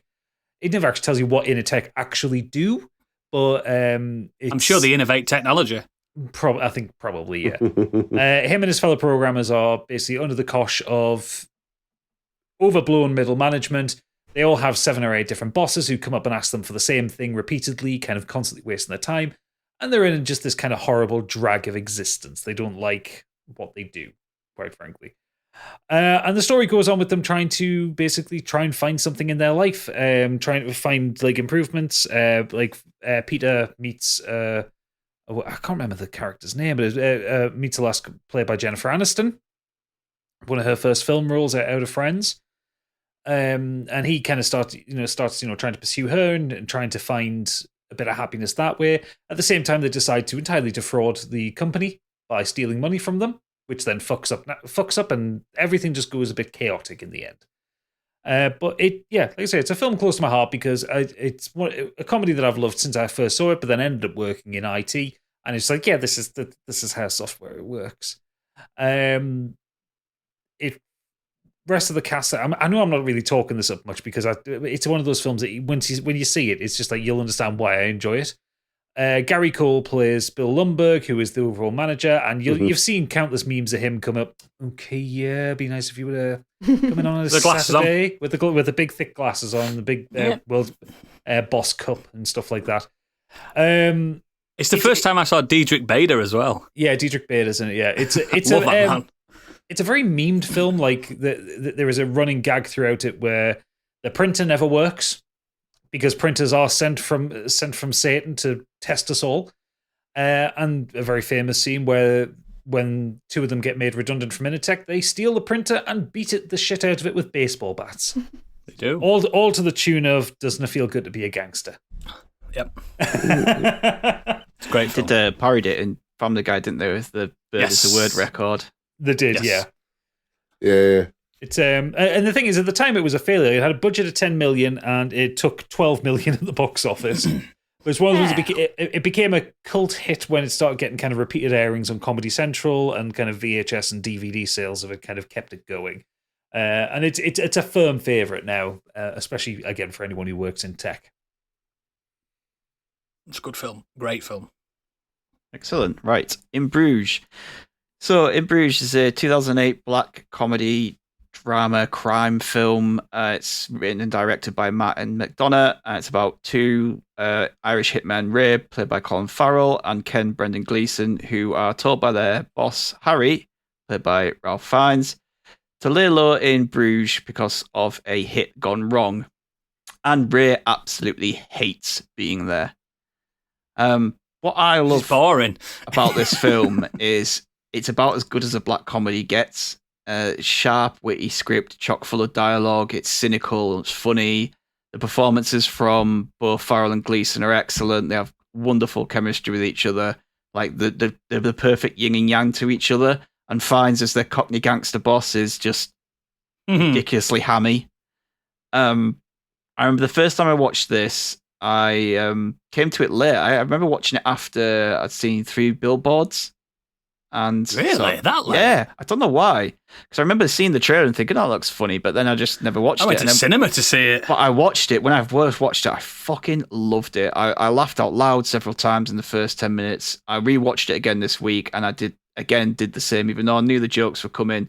The Americans going up the tower scene never fails to make me laugh. There's not much space up there, is there?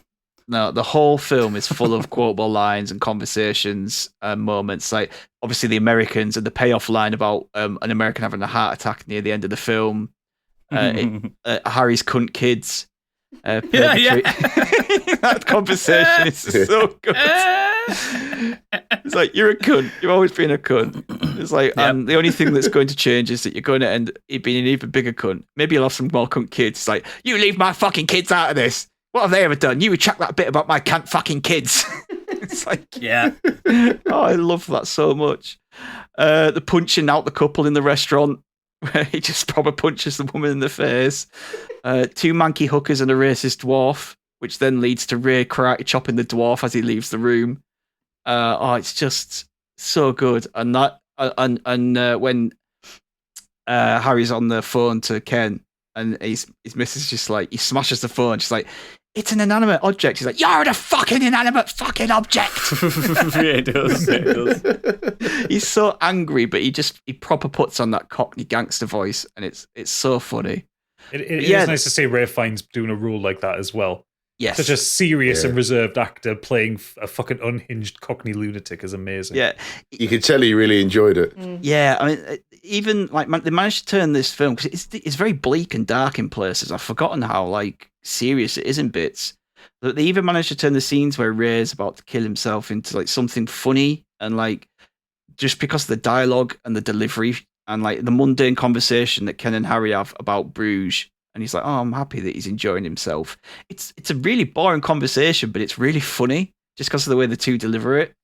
So yeah, it's really dark and bleak at times, but the comedy shines through, and that's why I love it as a comedy so much. It feels like a foul-mouthed riff on Laurel and Hardy. It's so good. So yeah, and it won Best Original Screenplay BAFTA, nominated for an Oscar. What can you say?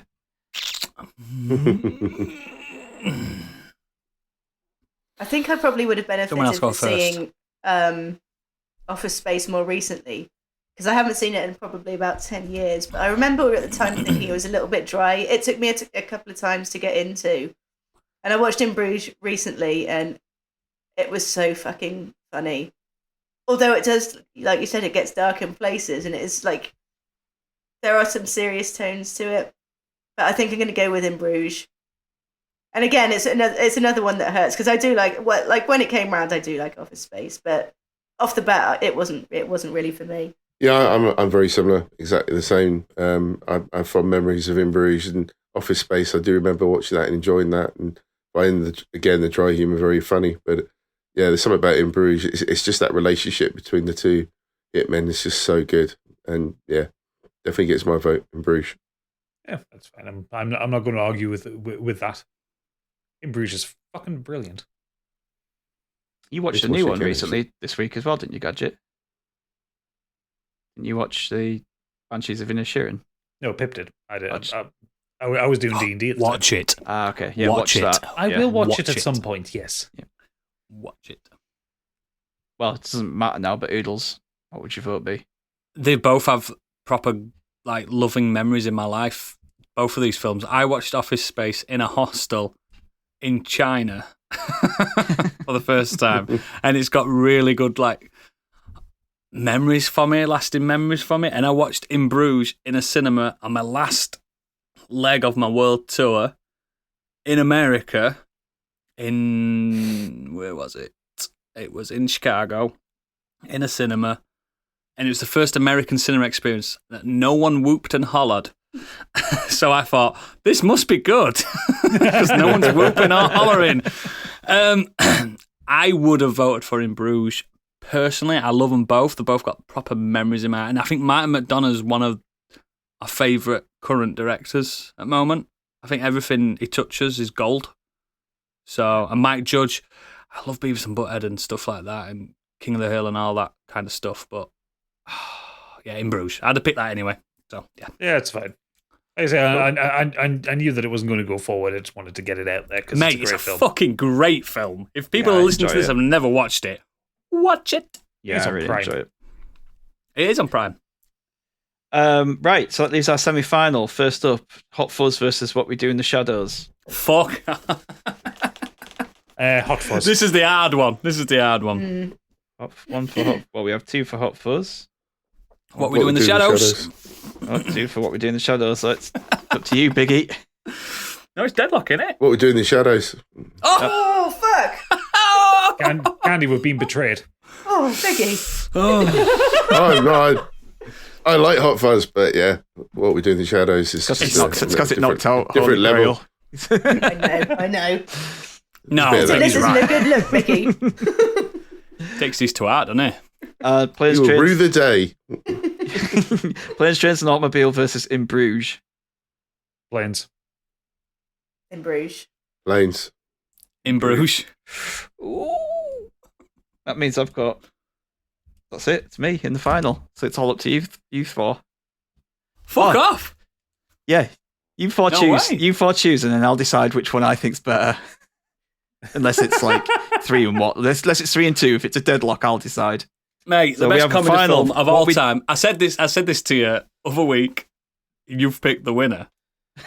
And you did pick the winner. You've picked What We Do in the Shadows. It is my most watched film of all time. I've watched this film 20 times. Easily. I watch it every other month. I think it's flawless. And if you'd not picked it, I would have picked it. I'm going to counter that, and I'm going to go In Bruges because I actually find the TV series What We Do in the Shadows better than the film. No, it's not. I find it is. I think I prefer the characters in the TV series to the film. The film is, don't get me wrong, is amazing, but I prefer the TV series, so I'm going with In Bruges. The TV series is so good. It's It's the Matt Berry factor. Matt Berry just overrides everything. I love that man with every fibre of my being. got Rhys Darby in the film, though. You do, but he's only a walk on. Like if he had a bigger part, maybe. Biggie? It's What We Do. I saw the Jackie Daytona episode, funny enough, yesterday. It's so I know that's good. I know that's the TV series. Human but Bartender. Yeah, that movie was just set that all up. It's brilliant. It's the best comedy film of all time, mate. Are you going to put me in deadlock, Candy? I'm going to go with What We Do in the Shadows. Yeah, because you're not insane. Because I'm not insane. I'd have gone with I'm What We not Do in the insane. My mother had me tested. I do love In Bruges, and I watched it this week again and laughed a lot. But when it comes down to pure comedy, this is a pure comedy from start to finish. So I think It's the best comedy film. When you put that down before I did, I said, "You've won. You've won this." that was just a look at the actually spin. Sometimes it is. Oh yeah. Yeah. Do the spin, and it's like, right, who goes first, or who gets to go before someone else. Yeah, abso-fucking-lutely. Right, well, that's it. What We Do in the Shadows is Modern Escapism's official best ever comedy. No, not just Modern Escapism, the world's official. The world. I'm sure we'll get a load of shit back for it. And there's ones that we missed. Like, I know that Punk's going to come at us for not putting the Blues Brothers in there. Oh, Naughty Professor and the Clumps. Blues Brothers would be the third on my list, actually. Because Big E, because you got Hot Fuzz and you got Monty Python. Yeah. It's in the top 10 Blues Brothers, but it's not in the top 5. So yeah, What We Do in the Shadows. Are we all happy with that? I think that's a pretty decent one. Fucking absolutely. I've never been happier. Have I? I told you. What did I tell you? You've won it, and you did. I've won 3 now. Well done. Well done. Not that you're counting. You. Mate, I were happy just winning the one. I'm happy. I'll always have that. I'll always have that. Wouldn't know. I put Guinness in, and we won. Guinness boys won. Excellent. So, officially, What We Do in the Shadows is the greatest comedy movie of all time. If you've not watched it and you've listened to this, you are a fucking idiot, and you need to watch it. Watch all of these. To be honest, every single one of these films I've really enjoyed thoroughly. Even like The Jerk, I watched that first time this week. Really enjoyed it. I know Stig didn't. But, I mean, it's a shame Spinal Tap didn't get past the preliminaries. What a fucking weird group of people I've decided to do a podcast with. Idiots. But yeah, as always, guys, links to all our extracurricular activities are in the show notes and at modernescapism.co.uk. And please consider becoming a patron to help support our endeavour. And please, please, please give us a 5-star review. Next week is the start of the month of love, baby. So if you're feeling extra sexy and loved or want general advice on love, next month is not for you because we're not going to give you any advice on love. But we're going to be talking about love. Don't forget it's Valentine's Day, guys. If you've got a significant other or you fancy someone and you want to let them know, it's Valentine's Day. It's going to be great. It's going to be a great month.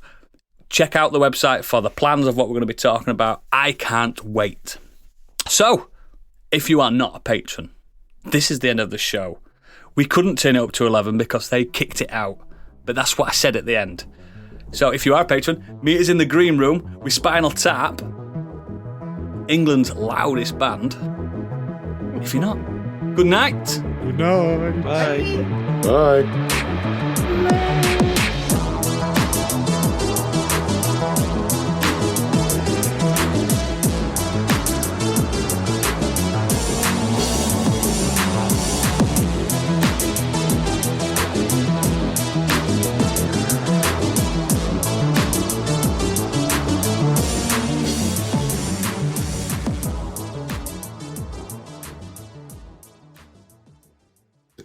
It's all shit from here.